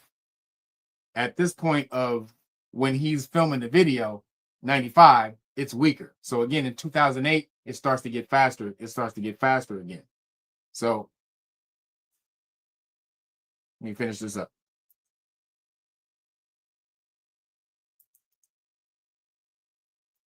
What they said is this. When someone asked them how low the magnetics of Earth are actually right now, what the Geomonitor people said was this. On a scale of 1 to 10, with 10 being the highest readings, the strongest magnetics, right now, early 1996, Earth is between a 1 and a 1.5 on this scale. That is how low the fields are in a relative sense, and they're continuing to drop. Okay. Now, the interesting thing about this is that this is not new. Earth's dropping of the magnetic fields is not a new phenomenon. I have a drawing here. It's a text page right out of the textbook, so it's a little difficult to see. And what I'll point out to you is this. This is a time scale. Present time is at the top. Ancient time is at the bottom. This scale represents 4.5 million years. 4.5 million years. And what we're seeing here, the two columns I'll call your attention to, is this column right here, of these little boxes, and then right next to it, this column right here. The healing. And Earth goes through a time of purification. must do in our lives to prepare our bodies and our emotions to gracefully allow us to transition through this day in human history that the ancients called the shift of the ages. And I'll call it the shift from this point forward. That's what this point is all about. Some people call this the New Age. From this point forward, that is the time that they will reference as the New Age. Some people call this the Christing process, the Christing of Earth. There's so many terms out there that were meaningless, I thought I would just add one more to it and call it 0 point. 0 point experience. From the Hopi tradition, the Hopi say that we have lived in 5 previous worlds, this being the 5th that we're in right now, and that in each of these worlds there has come a time when our mind and our heart has become so separate, the connection, the relationship between our minds and our hearts have become so dissonant that there was no way to find the healing, and Earth goes through a time of purification to allow that healing process again. So from the Hopi perspective, we are now approaching the time of the 6th world of the Hopi. Other indigenous people say that we've lived in a dream for thousands of years, and that when we go to sleep at night, we live a dream within a dream, and that on this day, our dream changes. It's a new dream from that point forward. This point provides the context within which all the rest of the information will unfold as we go through these next few hours, this 0 point. Now, let's summarize what we've just done here, because we covered a lot of information in just a few seconds, a few moments of time. What we see is this. This is our Earth, a schematic, a cross-section schematic of the Earth. And the Earth rotates about an iron core. As Earth rotates, and remember, it's not only the Earth as we see it externally, it's all of the inner cores are rotating at the same time. As the Earth rotates around these cores, it generates magnetic fields, okay? The faster the Earth rotates, the denser, the stronger the fields. The slower it rotates, the weaker the fields. Well, Earth is in a process right now. Our rotation is slowing down. Earth is slowing down. And as it does so, these fields become weaker and weaker until the point that the fields collapse to 0. Okay. Now, I have to tell you, as a geologist, an ex-geologist, this to me is an outrageous thing for me to say to you. When I first began to understand this, I said, there is no way. This little voice in my head would say, way, and I'd say, no way, and it'd say, way, and I'd say, no way, and it'd say, way, because it has happened before. And now, as we're able to go back into the history, the written text and the non-written text, the geologic texts of our world, we see very clear evidence that this, in fact, has happened. That Earth, every once in a while, slows a rotation to a point where there is a rest period, there is no rotation, and it rests for a brief period of time and begins to increase the rotation again, and as it does so, it rotates in the opposite direction. And again, as a geologist, when I first began to understand that, I said, that's just outrageous. And the more I researched, the more I read, the more I went back and looked at the ancient texts, we see that it in fact has happened at least once, that we're able to record, we're able to discern in recorded history. When I was in school, I was taught that if Earth ever stopped rotating, there would be no gravity. And I get that question all the time. People say, well, what about gravity? If there's no rotation, does that mean everything flies off the planet? And I remember there were textbooks when I was in school that showed just that. They said if ever Earth would stop rotating, everybody would fly off. And they had these pictures of people that were that were like this. Everybody was having a bad hair day the day that the Earth stops rotating. And we now know that that is simply not the case, that Earth's gravity is not a function of the rotation. Without rotation at all, Earth still has gravity. When we send astronauts into space, and they are weightless in space, and we propel their craft in a rotational fashion so that they are able to stay on the sides of their capsule, that's not really gravity. What that is a centrifugal force that is throwing everything out to the sides of the craft so that they are able to simulate gravity. That is not true gravity. So what I'm saying to you is that whether Earth rotates or not is irrelevant in terms of the gravity of the Earth. We have records. If this were to happen in recorded human history, I would certainly expect that it would have been, someone would have noticed it, and we would see it in our texts. And in fact, we do. We have at least one time, about 3,500 years ago, there's that number again. Now think about this. If Earth were ever to stop rotating on its axis, come to a rest, real quick, some portion of the Earth, 3,500 years ago, lines up to when cool during the time around the last time. Stopped. And that's precisely what we see in these texts. We see recorded in the Peruvian text. Trying to stop it so you can hear it and I can talk at the same time. So 3,500 years ago lines up to the last time the Anunnaki had came to the Earth. You guys, you understand the text, right? It's 3,600 years ago. I think they said every 3,600 years. So we don't know the exact timeline, but it's right there at the same time. 3,600 years ago is when the Anunnaki show up. So he's saying the last time when the Earth was at like this, before it started spinning in one direction, was the last time the Anunnaki was here. During the time that the rotation stopped. And that's precisely what we see in these texts. We see recorded in the Peruvian texts time that the rotation stopped. And that's precisely what we see in these texts. We see recorded in the Peruvian texts the long night that lasted almost 3 days. And at the same time, on the other side of the earth, right here in the Middle East, what we see are biblical records of a long day that was over 20 hours long. The Hopi record a day where the sun rose twice in the same day. Now think about that. They call it the long day, where the sun rose once in the east and rose once in the west and set in the east. And later that day, the long day, 20 hours later, rose again in the east and set in the west. Did y'all hear that? The sun rose in the west, then set in the east. And these are the Peruvians, this is in their records. This is in their, this is why Bill Gates trying to block the sun out. Uh-huh. So again, yeah, usually these things, they do take thousands, but we've been doing that for, it's been going through that process. It's already been going that where this is the dawning of the age of Aquarius. All that type of stuff was telling you the Mayan shift. All that was about today, this time. All of that, all of those ancient stories and myths and all that shit was about this, the pole shift, the earth spinning in the opposite direction. And you can know it's spinning in the opposite direction because look at the energy right now that we have on the earth. It's, if you're old enough, you can see the energy is much different than when it used to be 30 years ago, 40 years ago. We're in a completely different energy. We went from straight, well, I think it might have been, and it could have, you know, you could argue it was hyper masculine, to now we're in a hyper feminine energy. Completely changed energy. That would mean the complete 180-degree opposite flip, spinning in the opposite direction. And that's what's going on right now. You can see it. If you're old enough, you can see it. If you're young, you won't be able to see this shit. But if you're old enough, you can see it. Like the sunshine shining through your window, you can see it. Completely different energy from what you used to be able to do in the past, or what was acceptable in the past. So let's see if you finish it up real quick. Continues to do today. So it may be that we have very good records, if we have wisdom to recognize them, of exactly this process happening at least once at some point in recorded Earth history.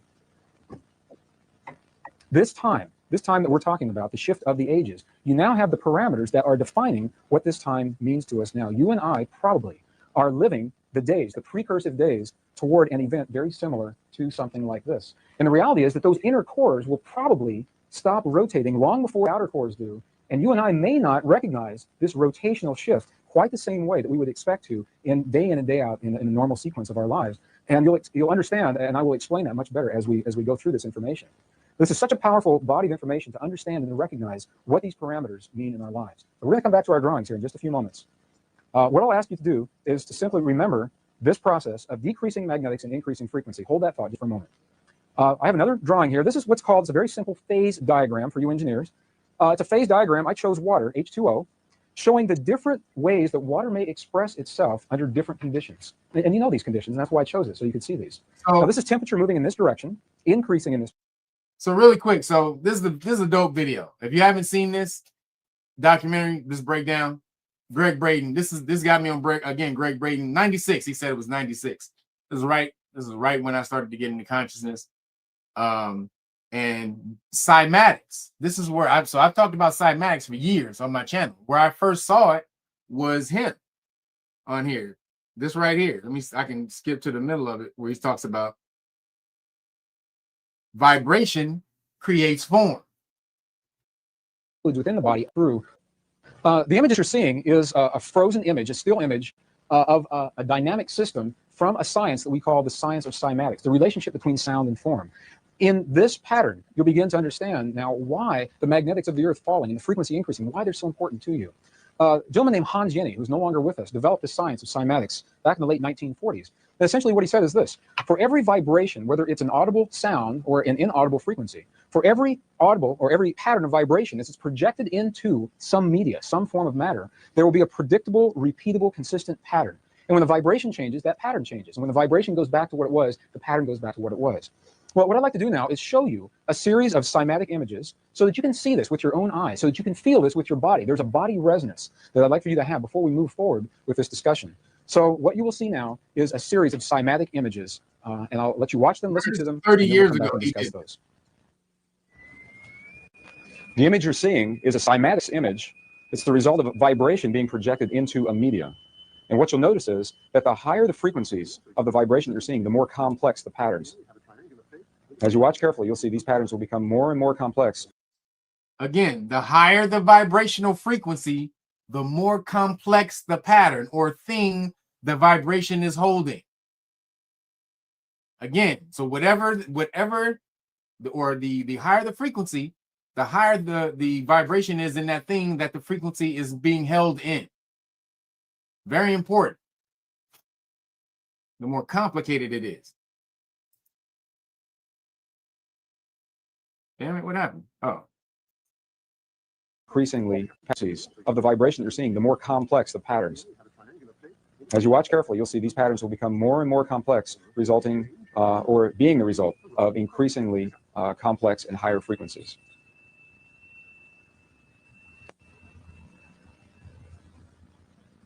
If you listen carefully, you can just barely hear these sounds.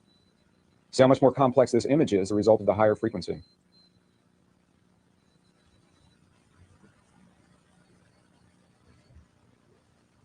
This is being narrated by a gentleman named Dr. Peter Guy Manners. That's crazy. And you'll hear Dr. Manners' voice throughout as we see these different cymatics images. These sounds are being projected into a media of lycopodium. That is the spore of the mugwort plant. And it's the lycopodium, the particles of lycopodium that you're seeing in motion. Yes, honeycomb, like the bees. Vibration. Yes, that's how the bees create the honeycomb. Boom. Hey, man. Good job. WD, that's exactly how bees create their honeycomb. Bees are all vibration. That's actually how they kill. A bunch of bees will jump on a wasp who's invaded their hive and jump on him and vibrate that nigga to death. Vibrate so much that the heat increases until they burn that nigga with their vibration. Boom.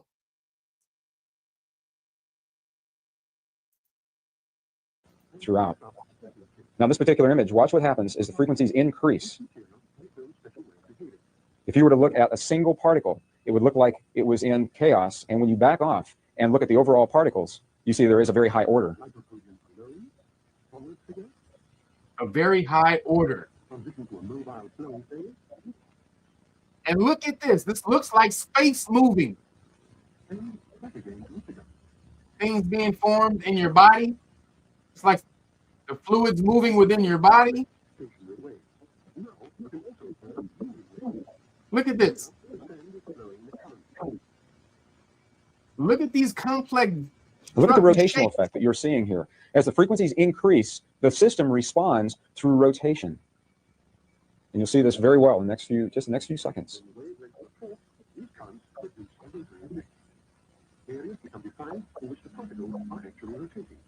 Look at that shit. Now look at this. If you did not know any better, you may believe that you were looking at an image of interstellar space through a telescope. These look like galaxies. What is it that drives the rotational effect in our galaxies? What is it that drives the rotation of the planets? What is it that drives and impacts the rotation of Earth?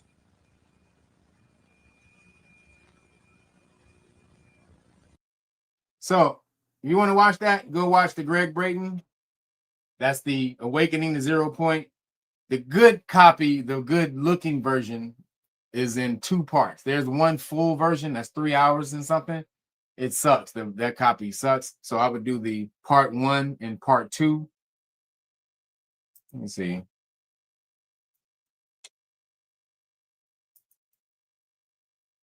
Let's put it in the chat. So that's part 1. You can do that. So, boom. Now you see the story that I put in here. That's why I put that story in here about the polar shift. Now, dudes acting like it's going to be a catastrophe. No, dude. Nature does nothing abruptly. Every time nature changes, it's subtly. A seed doesn't burst out of the ground. You plant a seed, and through harmony with the universe, through harmony with the earth, it sprouts. If it's in harmony. If it's not, it won't. That's how things are created within the universe. If it's in harmony with the universe, it will be created. If it's not, it won't. And it will take a certain amount of time. It has to be fully in harmony with the universe for it to be created and stay. Be a staple.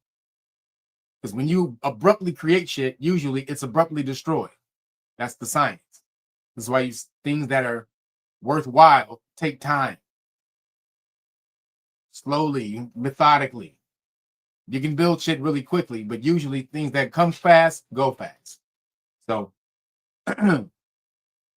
always remember that. Moving along, scientists reveal why.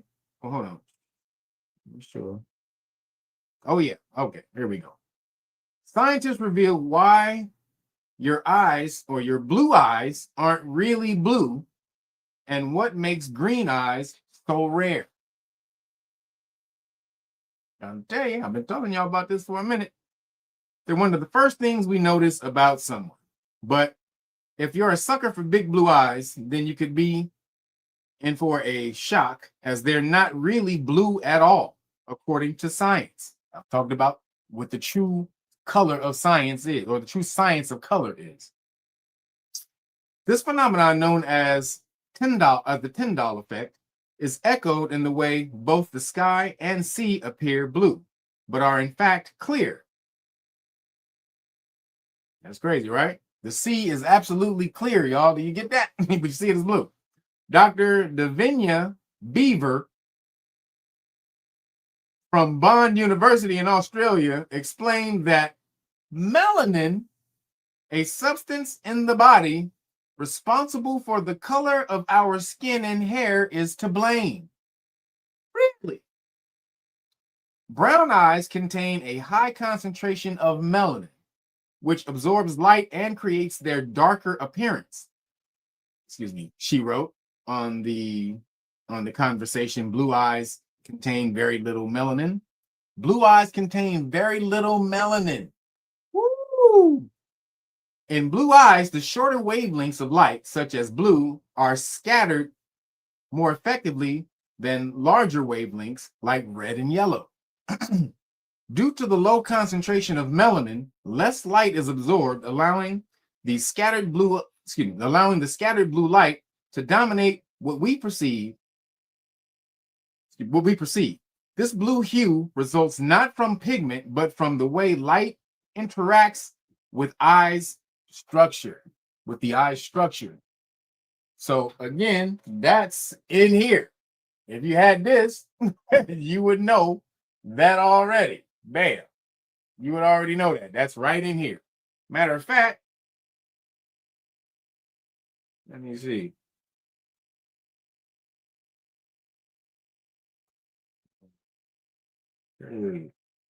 Boom. The first chapter is about your eyes.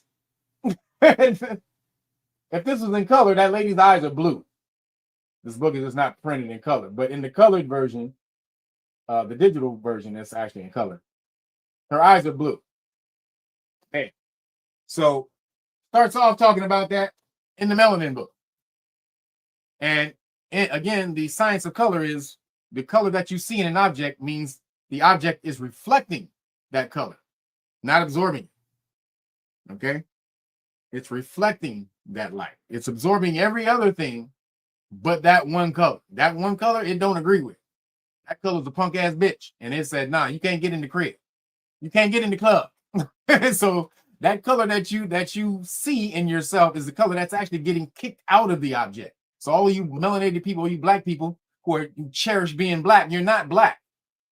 Again, the sun or your body, melanin, is deflecting ultraviolet light. It's absorbing all the other good light, but it's reflecting the ultraviolet light because it's bad for you. Ultraviolet is, again, in the purple hue color. So the color that melanated people appear to be is just the difference, the different shades that, or basically it's a better way to describe it is how much melanin or how much ultraviolet your body is reflecting. So the different shades that we appear to be is dependent on how much ultraviolet light your body is reflecting. That's why, so the super dark people over in Africa, they're reflecting most of that damn ultraviolet shit. Us with this type of skin, we reflect a lot of ultraviolet, but a lot of it gets in. So you got to be like church shoe black to reflect all the actual ultraviolet. So now and the funny thing is, anybody who knows who found me on the Zoe What show, y'all know Zoe has green eyes. It's funny. So when I first got into this, my ex-girlfriend, she's half Khazar, she has green eyes also. So it's funny, her and Zoe used to clown all the time. They both had green eyes. And so she used to do when I was in the Nation stuff, she used to do the graphic design stuff for us. So I told her to create an old Aboriginal flag, the first flag that the colonists stole from the Aboriginals, the red, white, and blue with stars and stuff. So she created the flag and she made the red, white, and blue, but the red was burgundy. And I was like, this ain't red. And she was like, yeah, it is red. And I was like, that's not red. I'm trying to tell you, that's not red. She argued, right? So Zoe came over to the house and I showed Zoe the flag. And he was like, yeah, that's red. I was like, what the fuck? He's like, nigga, you can't see. He's like, nigga, then he started clowning my eye. Like, nigga, you know you can't see, nigga. You got one eye, motherfucker. Your ass can't see, nigga. You talking about two people with motherfucking eyes up in this bitch, and your bitch ass with one eye can't see, and you trying to tell us what color you see? So he was clowning, right? That nigga was clowning. You can't see, motherfucker. How you gonna sit up here and tell us motherfuckers with two eyes that what color this is? You can't see. So, like, nigga, I see better with my one eye than you do with two, motherfucker. Fuck you, bitch. So, but I was trying to tell them the reason that they were both seeing the same color was because their eyes both were green. They weren't absorbing as much light. So people with darker eyes actually see more vivid colors than lighter-eyed people. That's a fact. You see more vivid. You see the world more vividly than people with lighter eyes. Has nothing to do with the cones in your eyes and shit like that. It's about the light, the amount of light your eye is absorbing or reflecting. So, fuck Zoe. Bitch ass nigga. Nah, I love that nigga. That's my nigga right there. But fuck this nigga talking about my eyes, though. Talking about my motherfucking eye, bitch. Fuck out of here, nigga. But nah, that ain't me. I've been talking about my eye since I was born. So moving along. But so you know, the melanin, y'all better get out here. Y'all better get out here and get this goddamn book, you understand? What if the real superpower was already inside you? The Great Book of Melanin Research reveals 130 years of science. It's inside you. Y'all better even get it. And don't. Too many people walk through life carrying fear. Not because they've done something wrong, but because no one ever told them they have rights. When you don't know the law, even ordinary life can feel like a risk. That's why we build Know Your Rights Foundation, a place where the law becomes clear, simple, and yours. Knowledge is your shield. The law is your defense. Start learning today at KYRF.org.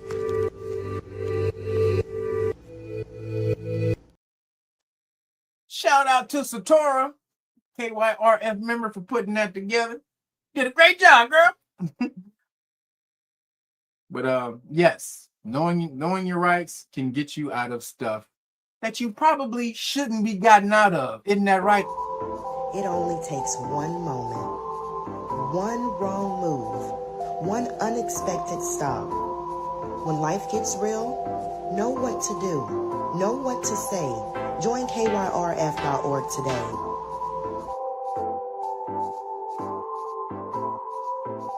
Wow! Know your rights!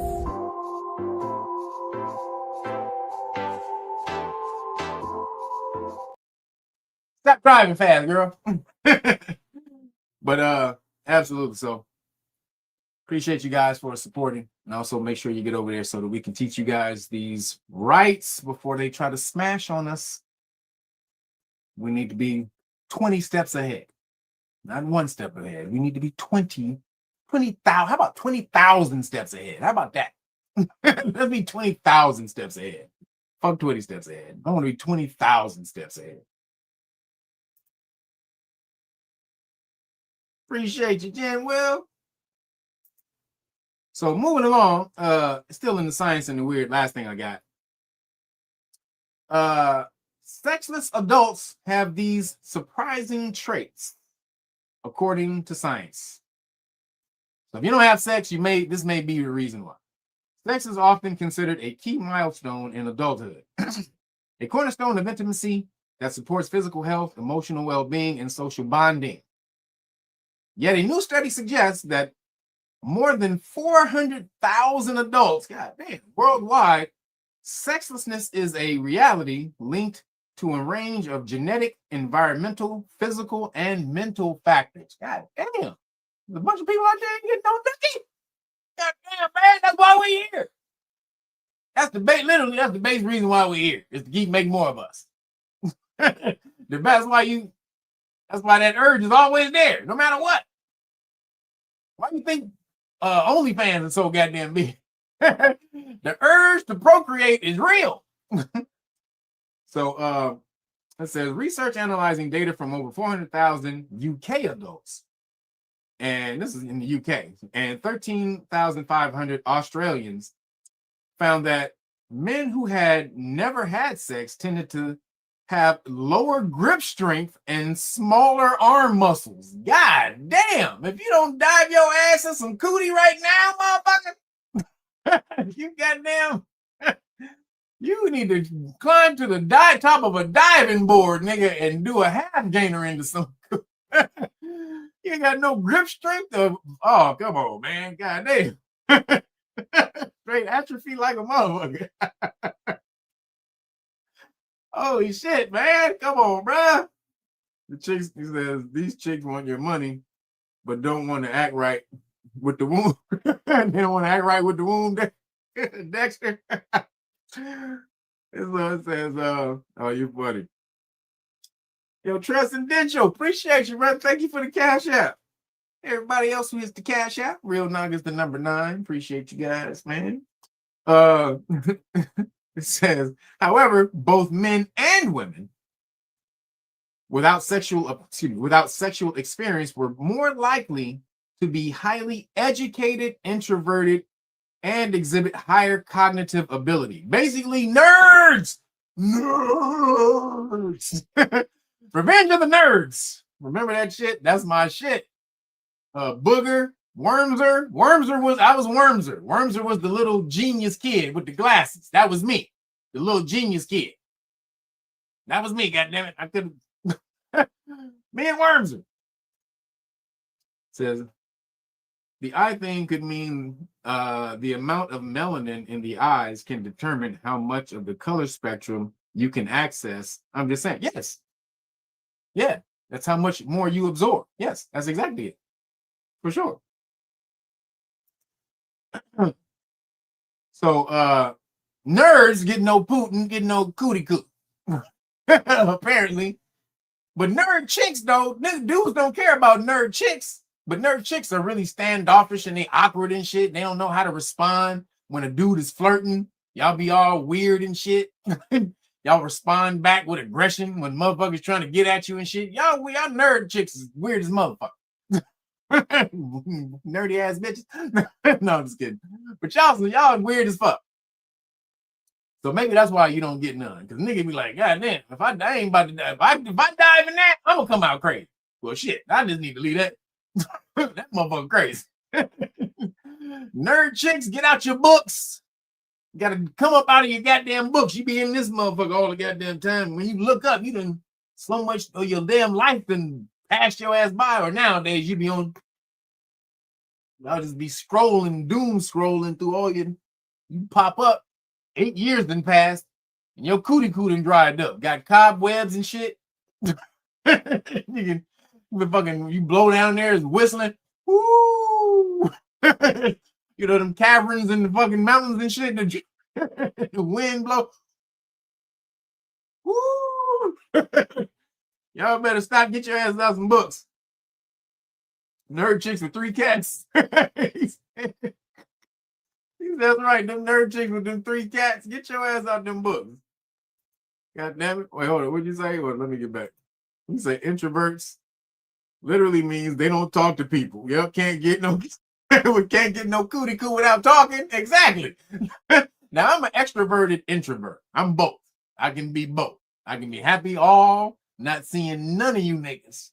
Never ever. I can be perfectly fine be in a total bliss utopia, not seeing nobody, or I can be the life of the party. Either one. I'm both of those days. So it says the team also noted that lower alcohol or drug use, fewer visits with friends and family, and less time on mobile phones may limit opportunities for social and romantic connections. See what I just said? Get your ass out that damn phone. Stop doom scrolling. Says certain mental traits were more common among sexless individuals, including autism spectrum.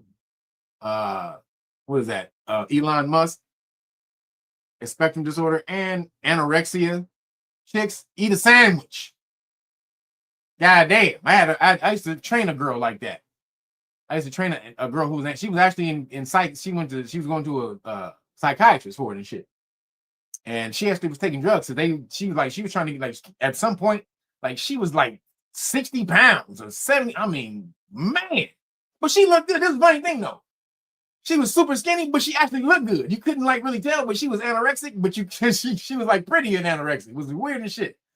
But I kept telling her ass to eat sandwiches. I was like, girl, if you don't go eat a fucking sandwich, I used to clown her ass all the time. Get your ass out the goddamn psychologist and go to goddamn Wendy's, motherfucker. She used to laugh at that shit all the time. Like, girl, there's no way in hell that you are fucking fat. What's wrong with you? So yeah, that is the thing. But the main thing in here they were saying is hold on, physical markers such as wearing glasses at an earlier age. That was me. I wore glasses. But see, if you funny, that kind of balance that kind of cancels that out. If you funny and a nerd, then that cancels your nerdism out. But Revenge of the Nerds was one of my favorite movies back in the day because I was such a nerd. Those nerd movies. Oh man, I used to hate them jock bitch ass niggas. Then I became fucking I got in sports and became a sports nerd / sports dude. So, but really this thing is saying testosterone. When it said dudes who don't get no nookie have weaker hand grip and smaller muscles, that's testosterone. Women like testosterone. Yes. God damn it. And men like estrogen. Fuck. So women who are trying to be masculine and dude-like, you're probably not gonna get no dick. Dudes who are too feminine, you ain't gonna get no pussy. That's just the way it is. A woman wants a masculine dude to masculate her. For a better term, you understand? And women, you know what I'm talking about. You know what the fuck I'm talking about. You can talk all that shit all goddamn day. When we get behind them goddamn doors, you know what the hell I'm talking about. I don't even gotta say much.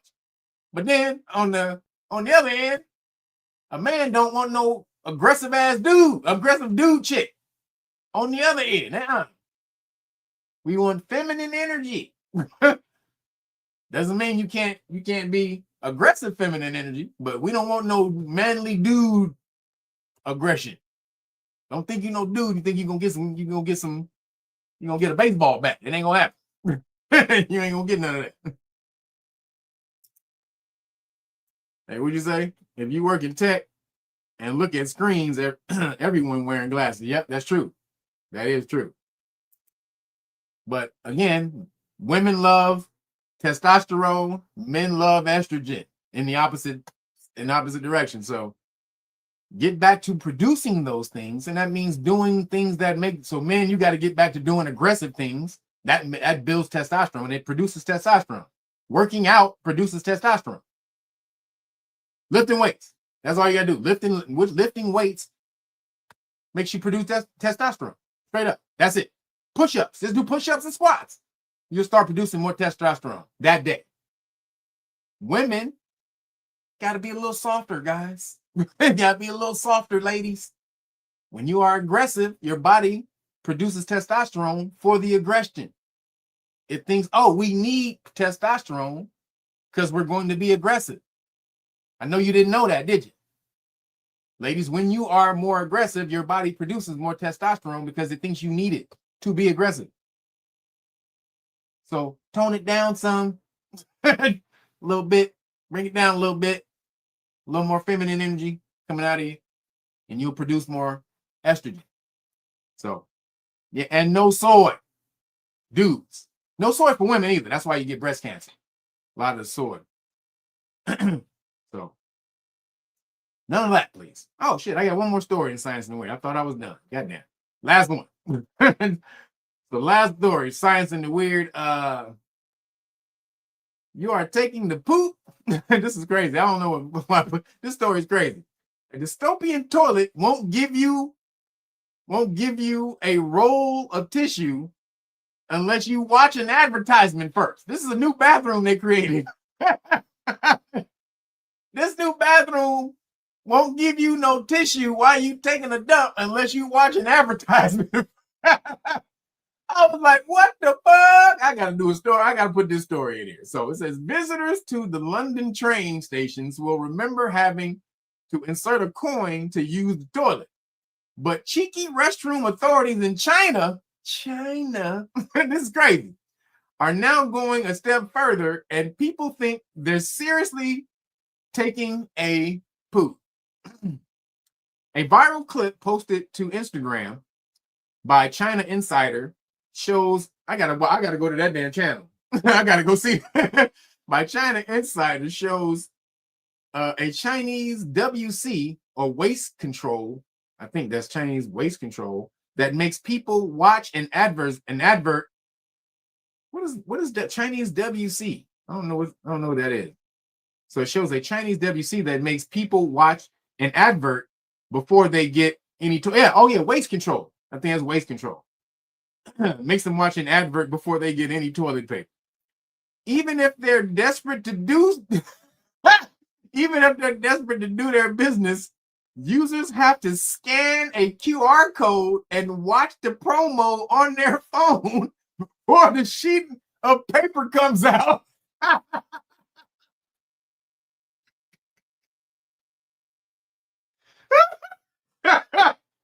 Hey man, let me tell you right now. If they had these in black neighborhoods, you wouldn't see nothing but a bunch of broke ass toilets. A nigga would break that shit first. I ain't watching no goddamn advertisement fool for no toilet paper. Why shit when I take a dump on my seat? Crazy. I'd break the shit out. I'd break the hell out of that. Every last one of them toilets would be broken first. They'd have to throw me in jail in China, straight up. So China, don't ever have me over there, bitch, because I'm going to tell you right now, I ain't scanning no QR or nothing before I get a piece of toilet paper. On Reddit, the futuristic-looking technology has been branded dystopian, sick, and a vision of hell by commentators. Oh, shit. Literally, shit. So it says, one person said, I would be the first to punch and disassemble. See, he said, I'm gonna break that shit or come back with a screwdriver later. Another posted, this would make me this would make me become one of those people that smear shit on the bathroom wall. Nigga, if you trying to deny me toilet paper, he's like, I'm smearing my name with shit on the bathroom wall. Goddamn. I saw this story. I was like, hell to the no. This is definitely not being used on melanated people. Brothers ain't having it. Brothers and sisters, we not having it. It's not going down like that for us. So I thought that was crazy as hell that these Chinese people would even deal with something like that. Hey, God, you insane? You lost your goddamn mind. So the last thing I got in nigga news. Gotta run past a couple of nigga newses real quick. So, I got some eyelashes in my eye. I got these super long ass eyelashes that women need to tell me I need to be thankful for, but that's bullshit because they constantly get in my eye. But so a young melanated student, Trey Reed, was found hanging from a tree in Mississippi. So most people are saying that it was foul play because there was reports he had broken bones. So how could he hang himself if he had broken legs and broken bones? So you know, they went on a tangent. This is crazy. We got all this Charlie Kirk. We don't hear nothing about Trey Reed. Trey Reed, justice for Trey Reed. Again, so bunch of division, bunch of racial shit. Why I ain't about to be caping for this white man when this black man is being black people are being hung from trees still in 2025. Black people ain't supposed to be hung. Blah, blah, blah, blah, blah, blah, blah, right? So then the coroner report come out. He killed himself. So said he killed himself. You can believe it or not believe it. I don't know. I ain't there. I don't know. But the report said he killed himself. And there was no sign. Hold on, let me see. There was no sign of trauma, such as broken bones or lacerations. But of course, nobody believed him. Nobody believed him. Now, and this is the thing, because melanated people are the least people who kill themselves. Out of all the people who commit suicide, melanated people do that shit the least. We love us some us. Let me say that right now. Melanated people, we love us some us. It's real hard for a nigga to take his own life. Like, God damn, nigga. You got to be going through some major shit. Or, excuse me, be majorly indoctrinated by these woke ass motherfuckers. The bad woke, not the good woke, the bad woke people. In order to do some crazy shit like that. Now, again, he was a 20-year-old, 21-year-old student, probably was indoctrinated. Maybe people were trying to tell him he was Transformer and he didn't believe it, but they were trying to force him to believe he was a Transformer and he was having some thought. Who knows? He didn't want to deal with, who knows what the problem was. We don't know. But melanated people do take themselves out sometimes. They do. It's not a 100% thing that we don't do it. I mean, it's more often than we would think. We would actually like to think. So the fact that he came back and they said it was that melanated, hell no, fuck that shit, hell no, that's bullshit. We know what happened. These white people was pissed that somebody took out Charlie Kirk, so they had to come and hang a black man. Well, no black man took out Charlie Kirk. Why would they go hang a black person? That made no sense. Because Charlie Kirk said some shit about black people, and black people talking shit about Charlie Kirk right now. So they felt emboldened to go and hang a black person because black people are the ones talking shit. Again, hey, I don't know how. Hey, look, y'all deal with it the way you deal with it. Right now, all we know is that the dude took himself out. We don't know anything beyond that. But melanated people, our imaginations are a motherfucker, boy, ain't it? To us, this was what's that movie with Gene Hackman? Goddamn, Mississippi Burning. Anybody remember that shit? Mississippi Burning? Goddamn, they think this is Mississippi Burning. So you don't think people raising hell should not have been? I truly believe this must be thoroughly investigated. They did investigate it. He said he killed himself. You can go investigate it more if you got some investigation skills that you think are better than that. But according to them, if you got your forensic game on point, then you can go do that. However, according to them, this is what happened. According to, again, now I don't believe nothing that the popo say, but the coroner is different. The popo can come up, yeah, but the coroner, they do not that they don't lie, but what would be the reason for him lying in this damn case?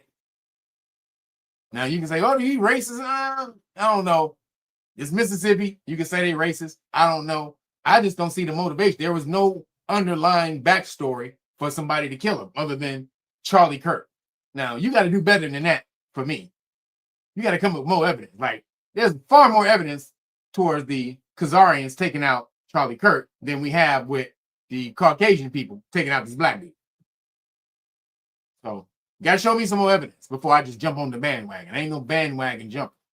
I'm an evidence nigga. First-hand evidence usually if I can get it. But if I don't see it, then hey, I ain't with it. I don't push bullshit that I don't truly know. So it's never be a racist, but the politics made me one, or never been a racist, but the politics made me one, or made my one. He says one report being found in the room, then it came when he was hanging. Okay. Mississippi has this. They still, yeah, it's a lot of places still got them sundown towns for sure. Absolutely. Says Mississippi, would you say Mississippi is bad with those racism, with that racism? Okay. So again, I haven't been to Mississippi. I've never been to Mississippi, so I don't know. I ain't never been to Mississippi, but we do know it's a volatile time. A lot of people looking for a reason to turn it up. They're just looking for a major reason to turn up right now. And this right here, I mean, this is shooting ducks in a barrel. Anybody could take this. Oh yeah, fuck it was the white people. All right, I ain't about to do that and turn up, just create more racial strife, more bullshit, because that's what they want. They want this racial strife and all this and that shit. Man, calm it down. They want emotional feminine energy to pervade and run the land. No, we have to bring it back. Let's be logical. Let's sit back. Let's see, watch things play out. Let's investigate. Let's ask questions. Let's be critical thinkers. Let's not be bandwagon jumpers. That's some bullshit. Bandwagon jumpers, they don't have the discipline to find out the information. They believe whatever's told to them and then react. Let's respond instead of react. All right. So moving along. Last thing, what'd you say? Divide and conquer. Yep, just how they was announcing how the HBCUs were getting threats. Yep, the main media was broadcasting that more than what's honing on with the drones or what's going on with the drones overseas. Yep. Yes, divide and conquer. You understand? That's the major game right now. The major game right now is to divide and conquer. This is what they want. They want racial strife. They want man and woman strife. They want sexual orientation strife. They want so much of it. This is what you're giving them right now. Don't give them the shit. Don't fall for the bullshit. Don't fall for the banana in the tail. I'm not going to fall for the banana in the tailpipe. Yeah, I'm not going to fall for the banana in the tailpipe. Look, man, I ain't falling for a banana in my tailpipe. That's how you got to say it like, that's one of Eddie Murphy's best scenes. He's like, man, you've been hanging out with this white dude too long. You're not going to fall for the banana in the tailpipe. You've been hanging with this dude too long. So, moving along, last thing I got. A black North Carolina landscaper, and this is truly nigga news. A black North Carolina landscaper took over his customer's mansion to throw a graduation party for his son. And it's a dope ass mansion too. Let me see if I can show this story real quick. Y'all, this one has to be seen. Now, this story came from a Coon Cajun's hold on. This story came from a Coon Cajun's channel, but he was kind of on the money with this story right here. So we gotta hold on.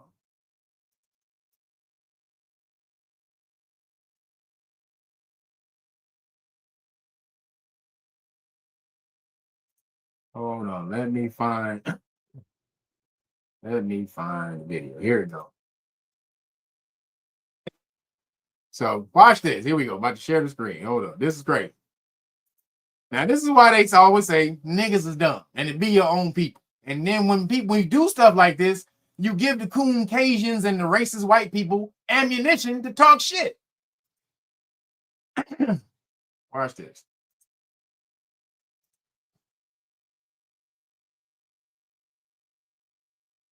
Brown is accused of taking a break from his landscaping business last Saturday night to plan this huge illegal house party that led to him facing multiple charges. I didn't break the law. I just broke some rules of probably what my owners didn't want me to do. But I didn't break the law. Traffic hazards, loud noises, roadways being blocked. When they arrived on scene, Lieutenant James May says deputies confronted Brown. He represented himself as the homeowner, so he was having a party, indicated it was a graduation party. It was in fact not the homeowner, not related to the homeowners, but it was in fact the yard guy. Brown says this was a graduation party for his son and his son's friends. Just wanted to always, do something where we could create an income and bring a positive environment for his friends. It was mostly teenagers and young adults. We estimate anywhere from 300 to 400 people were at the house. A lot of underage drinking. So you gonna So you gonna take somebody's crib? I want to create a positive environment for his friends. Nigga, you do that on your own dime, fool. What's wrong? Hey, hold on. What the hell's wrong with this nigga? You do that on your own dime. You don't go and steal, and their crib is nice too. They about to show the crib in a second. But goddamn, this nigga crazy. I want to show my kids a good time. You know what I'm saying? You know, they friends. They deserve it. You know what I'm saying? They good kids. Well, nigga, you work hard enough to give them that yourself. The hell is going on, man?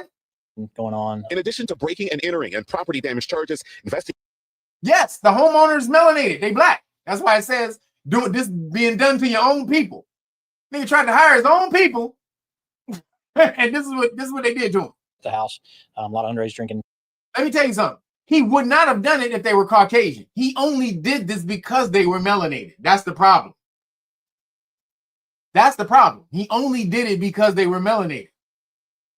We all know if these were some Caucasian people, there's no way in hell he would have did no shit like this. So watch his reasoning. Going on. In addition to breaking and entering and property. Look at that crib. God damn. Look at that crib. They are, hey man, South Carolina. Shit. This is what the cribs look like in South Carolina. God damn. Hey man, South Carolina might be on the way, baby. God damn, this is off the chain. Property damage charges. Investigators also charged Brown with obtaining property by false pretenses. Did you charge people to get in? We did not charge, but we did charge because of security reasons. He was actually doing was charging an entry fee. So he said we didn't charge, but we did charge because of security reasons. So this nigga rented out the house. He was having a mansion party, getting paid. Then he said, we didn't charge, but we did have to charge because we had to pay security. So we only charged just so we could pay security. 300 niggas. Yes. Now you wait. Wait. What you say, kissing bombs? I was expecting 30 to 40. Yes. 300. You understand? 300. Fee. So we actually recovered and seized just a little over $3,000. The owner knew I was supposed to be there. Brown strongly disputes the story UCSO is telling. I never spoke to them about anything about who stayed there, or who owned the place. It wasn't my right to tell them that because it's private property. I didn't sell any alcohol. I wasn't down because they're saying there was underage drinking. Nope, no underage drinking. Nope, I bought my drinks. He also remains confident that he hasn't lost a client. I'm just waiting for them to come home just so I could continue to build my relationship and we can move forward. Boy, oh boy, oh boy, oh boy, oh boy. So we got to talk about a story out of Weddington, North Carolina. So he's going to get to the, hold on, we don't need his commentary, but he does. Taken advantage of by the man accused of opportunities for themselves and for Black people as a whole. So without further ado, let's go ahead and get into this. New tonight, a son says his parents were taken advantage of by the man accused of throwing an illegal massive party at their Weddington mansion. Channel 9's Jonathan Lowe spoke with the man who says he threw that party last night only on 9. Now tonight, he's getting the owner's side of the story. Family of the owners of that mansion reached out to me after seeing our story last night, saying they wanted to set the record straight. They say they would never allow someone to use their property, especially in the way that it was used last Saturday night. What I saw was a very egregious act in my mind. You know, you have youth, you know, they're smoking dope on my parents' back porch here in the pool. You have violated. Tonight, we're hearing from the son of the owners of this wedding. Hey, he got money, but he sounds like a straight nigga, don't he? Hey, homeboy sound like he real with it, don't he? He don't sound like no bougie ass nigga with money. Hold up, let's go back. He sound like he'll put them hands on you. Use their property, especially in the way that it was used last Saturday night. What I saw was a very egregious act in my mind. You know, you have youth, you know, they're smoking dope on my parents' back porch here in the pool. You have violated. Tonight, we're hearing from the son of the owners of this Weddington mansion. Wow. Again, I just have to reiterate, somehow, some way, Black folks are struggling in America. They can't make it. The white man is holding them back. Okay, it's terrible. But you have a Black family in North Carolina, outside of Charlotte. They're living in a mansion like this, right? How does that happen? Right? I'm trying to figure out, how does that happen? Somebody needs to ask these people, how did you overcome systemic racism?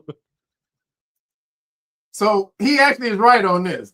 Now, melanated people always claiming that they're being held back, but you not being held back. Look at this shit. You're actually, I agree with him on this one. I agree with him about 50% of the time on some of the stuff he say, but about politics and money. But his views on culture and Black, he's stupid as hell. But when he talk about how you should not be held back by your own mental, your own mental disabilities of being the weak, being the minority or the weaker race or the most marginalized race or this and that. That's all bullshit. Nothing holds you back but you. Nothing holds you back more than you do. If you said nothing can stop me from doing anything, there would be nothing that can stop you from doing, because you would figure it out. No matter what problem jumped in your way, you would figure it out. That's what I am. I'm a problem solver. I don't give a fuck what it is. You put a problem in front of me, I'll solve that shit. I don't give a fuck what it is. Calculus motherfucker tell me to launch a goddamn missile, build a rocket, I'll go figure out how to do that shit. That's what I do. It's not that I don't know how to do something, I just don't know how to do it yet. And that's the same for all of you. When you say, I can't do that, I don't know. No, you just don't know how to do it yet. Sit your ass down, get some discipline, and acquire that information. Acquire that knowledge. And then make it yours, assimilate it to you, and then boom. Become a Swiss Army knife of information to where nothing can hold you back. No matter what problem jumps in your way, whatever obstacle, you don't even see that shit. Kobe, where's a dude named what's his name? Shane Battier. This is going into some basketball stuff for Shane Battier.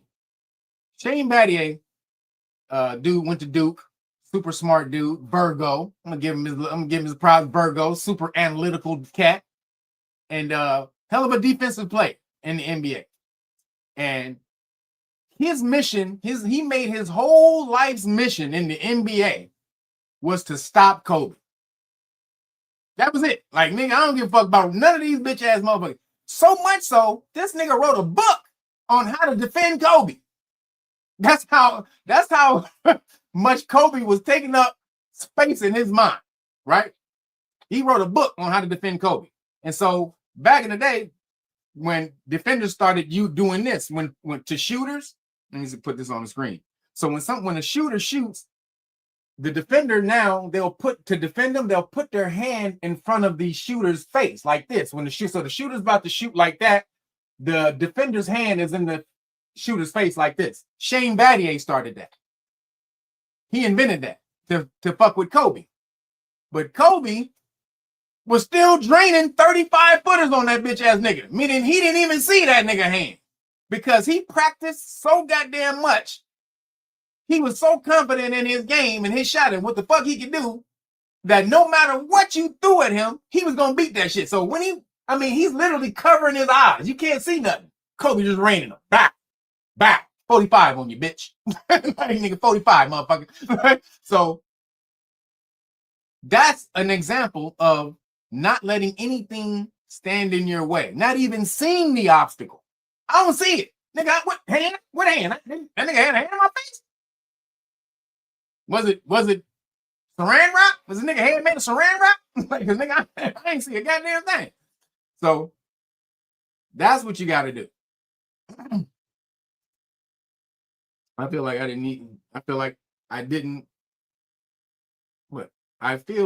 he didn't invent blocking the shooter vision. He did. There's a whole documentary on it. They did a whole story on it back in the day when he invented it. And he wrote the book. And he said, they said, because he kept trying to block Kobe's shot. And he said, well, I can't block his shot. And a lot of times Kobe will try to get you into the foul trouble. He said, so what I did is just start putting my hand in front of his face to cover his eyes. So Shane Battier talks about the whole thing when he came up with it. There's a whole story of it. And it still didn't work. Shane Battier. Shane Battier, nigga. Kobe still came and smashed on you, homie. He told that story when the Lakers played him in the playoffs, when Ron Artest was on Houston. And so he told that story. So goddamn, melanated people. This dude, the story now, the reason we're showing is because this dumbass dude just ruined his business. He just ruined his business. Now he has a landscaping business, and he was given an opportunity by these people where if he does a great job, this dude he's going to be a millionaire in before too long, because all he's going to do is be given business by the word of mouth. But because this dumbass just couldn't delay gratification because he has to have it now, he can't delay his desire for this mansion. He see, oh, I got to live like this. I got to enjoy this shit. No, it's not yours. You didn't do anything for it yet. You got to build up to that. And because he wasn't allowing to wait and have discipline and chill out, delayed gratification. That's one of melanated people's main fucking problems is delayed gratification. Sit your ass down. You don't have to have it now. Wait, and it'll be better if you wait for it in the long run.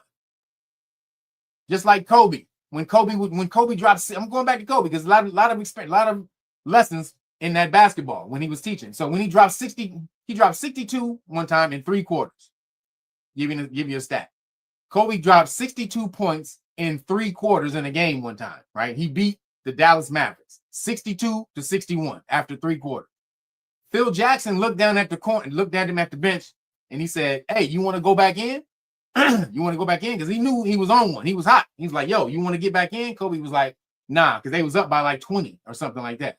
So Kobe could have went and scored 100 in that game, but he said, "Nah, we don't need it, so I'm good. Let me chill back." Delayed gratification. 1 month later, literally 1 month later, he dropped 81. So he delayed it, and then the universe gave it back to him even more than what he would have gotten probably had he continued. So again, delayed gratification, melanated people, this is the type of shit that we need to learn. Sitting our asses down, taking the time to figure stuff out. Because now his business is so viral, he'll never get another business ever again in life. Idiot. You'll never get any business ever again in life. Like, your business is ruined forever now, and you deserve it. But this is the type of stuff we need to get off of. Get on being business people, but being, staunch business people. That's not the word I'm looking for, but being smart business people. That's me, smart business people, but forthright and upright in your practices. We have melanated people have a reputation of their businesses not being on the up and up, not working hard, not following through, not being thorough enough. And I'm gonna tell you right now, a lot of times I fall for that shit. I don't hire a lot of melanated people when I'm doing shit. You need to be exceptional for me to hire your ass if you're melanated. You got to be exceptional in your game, right? So I didn't even take a lot of melanated clients because I know they argue over money. Just like melanated people don't respect shit when they get for free. Like when we teach you the law for free, teaching you your rights for free, because we teach it for free. A lot of you disrespect that shit and don't really understand what service that we're providing, the power of service that we're providing. We're teaching you how to free yourself truly from this damn system, because what holds you back is the law enforcement power of the Caucasian, what you call the Caucasian, the white man, the system. So when you're able to overcome that and beat him, what limits do you have after that? None, zero. And Trump done told you 1,000 times. Have you ever had an unwanted police encounter? Have you or your loved ones been terrified at a police stop and did not know what to do? Have you witnessed someone else's rights being violated at a police stop and wished you knew what to do? Well, wonder no more. You are not alone. At Know Your Rights Foundation, we teach our members to know police stop laws. Police are banking on your ignorance of the laws and will use that against you. Knowing the laws allows you to get home safely from a routine traffic stop that could spiral out of control because of lack of education. If your constitutional rights are violated, we educate you on how to get restitution from police officers and or the city. Join us in this detrimental cause by contacting KYRF.org. Sign up today. What you say? I'll be doing what? Uncle Ruckus. What is Uncle Ruckus? What's the Uncle Ruckus? You talking about because I don't shit on Caucasian people at every goddamn chance I get? because I ain't racist like you. I've got to be Uncle Rugged. For the white people, I got to be taping for the white folk, because white man, because you dark is racist. You dark racist NAGA. Is that what you talking about, nigga? Because I don't be just constantly just caping for niggas no matter what. That what you mean? No, I ain't gonna never do that. I call balls and strikes. No dick. Throw a ball, I'm call it. Throw a strike, I'm gonna call it. Throw a home run, hit a home run, I'm gonna call that too. That's all I do. So if Caucasian people, they hit a damn bait, they get a base hit, I'm gonna call it out. Melanated people, if you strike out, I'm gonna call it out. If you hit a home run, I'm gonna call it out. That's just how I go. Again, you got to be honest up in this bitch. Otherwise, who's gonna take you seriously? You can't be caking for one side. I'm in the middle. I'm not polarized. And if you've been watching me for any amount of time, you know that. I'm never polarized. I'm right down the middle. I'm this and that, not this or that. So you got to get on board. Get on board. And make sure you support. I appreciate you guys for supporting. Make sure you get out What there. if the real superpower was already inside you? The Great Book of Melanin Research reveals 130 years of scientific studies conducted by governments around the world on you. This isn't fiction. It's real research on melanin uncovering its superconductive, photoconductive, cell-protective, and DNA shielding ability. So yes, know your rights found. realnagas.com. Make sure you order the Great Book of Melanin Research, the hard copy. Order the hard copy, and you get the whole Police Stop Law package for free. And like I said today, there's no t-shirt deal, but I will be giving you all 5 flashcards. So right here, if you order the hard copy today, you're going to get all 5 decks of the flashcards. That's Police Stop Flashcards, Volume 1 and 2. Law and Government Flashcards, Volume 1 and 2. And the U.S. Supreme Court cases flashcards. All right. So appreciate you guys for supporting. I'm out of here, about to order me some crab broil. If y'all out here in Los Angeles, go to the Broiling Crab. Goddamn. I just hooked you up. If you in Los Angeles, the Broiling Crab, or the Boiling Crab, excuse me. The Boiling Crab is off the chain. It's in Korea. They got one in Koreatown.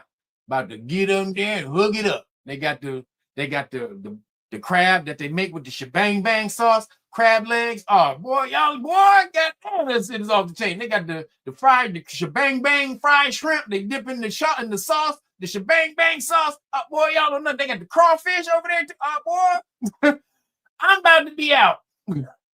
That's all I'm saying. So appreciate y'all for showing up today. Thank you everybody for hitting the Cash App, for supporting. Thank all the moderators for being in here, hooking it up. He said crab broil. He said crab broil is the GOAT. Hell yeah. Boil bean crab. San Diego, I don't know about that, man. You better come out here and try this boiling crab. I'm trying to tell you. Shit is off the chain. He said all skin folk ain't kinfolk. That's right, Mystic Philly. Or excuse me, Mystic Philly.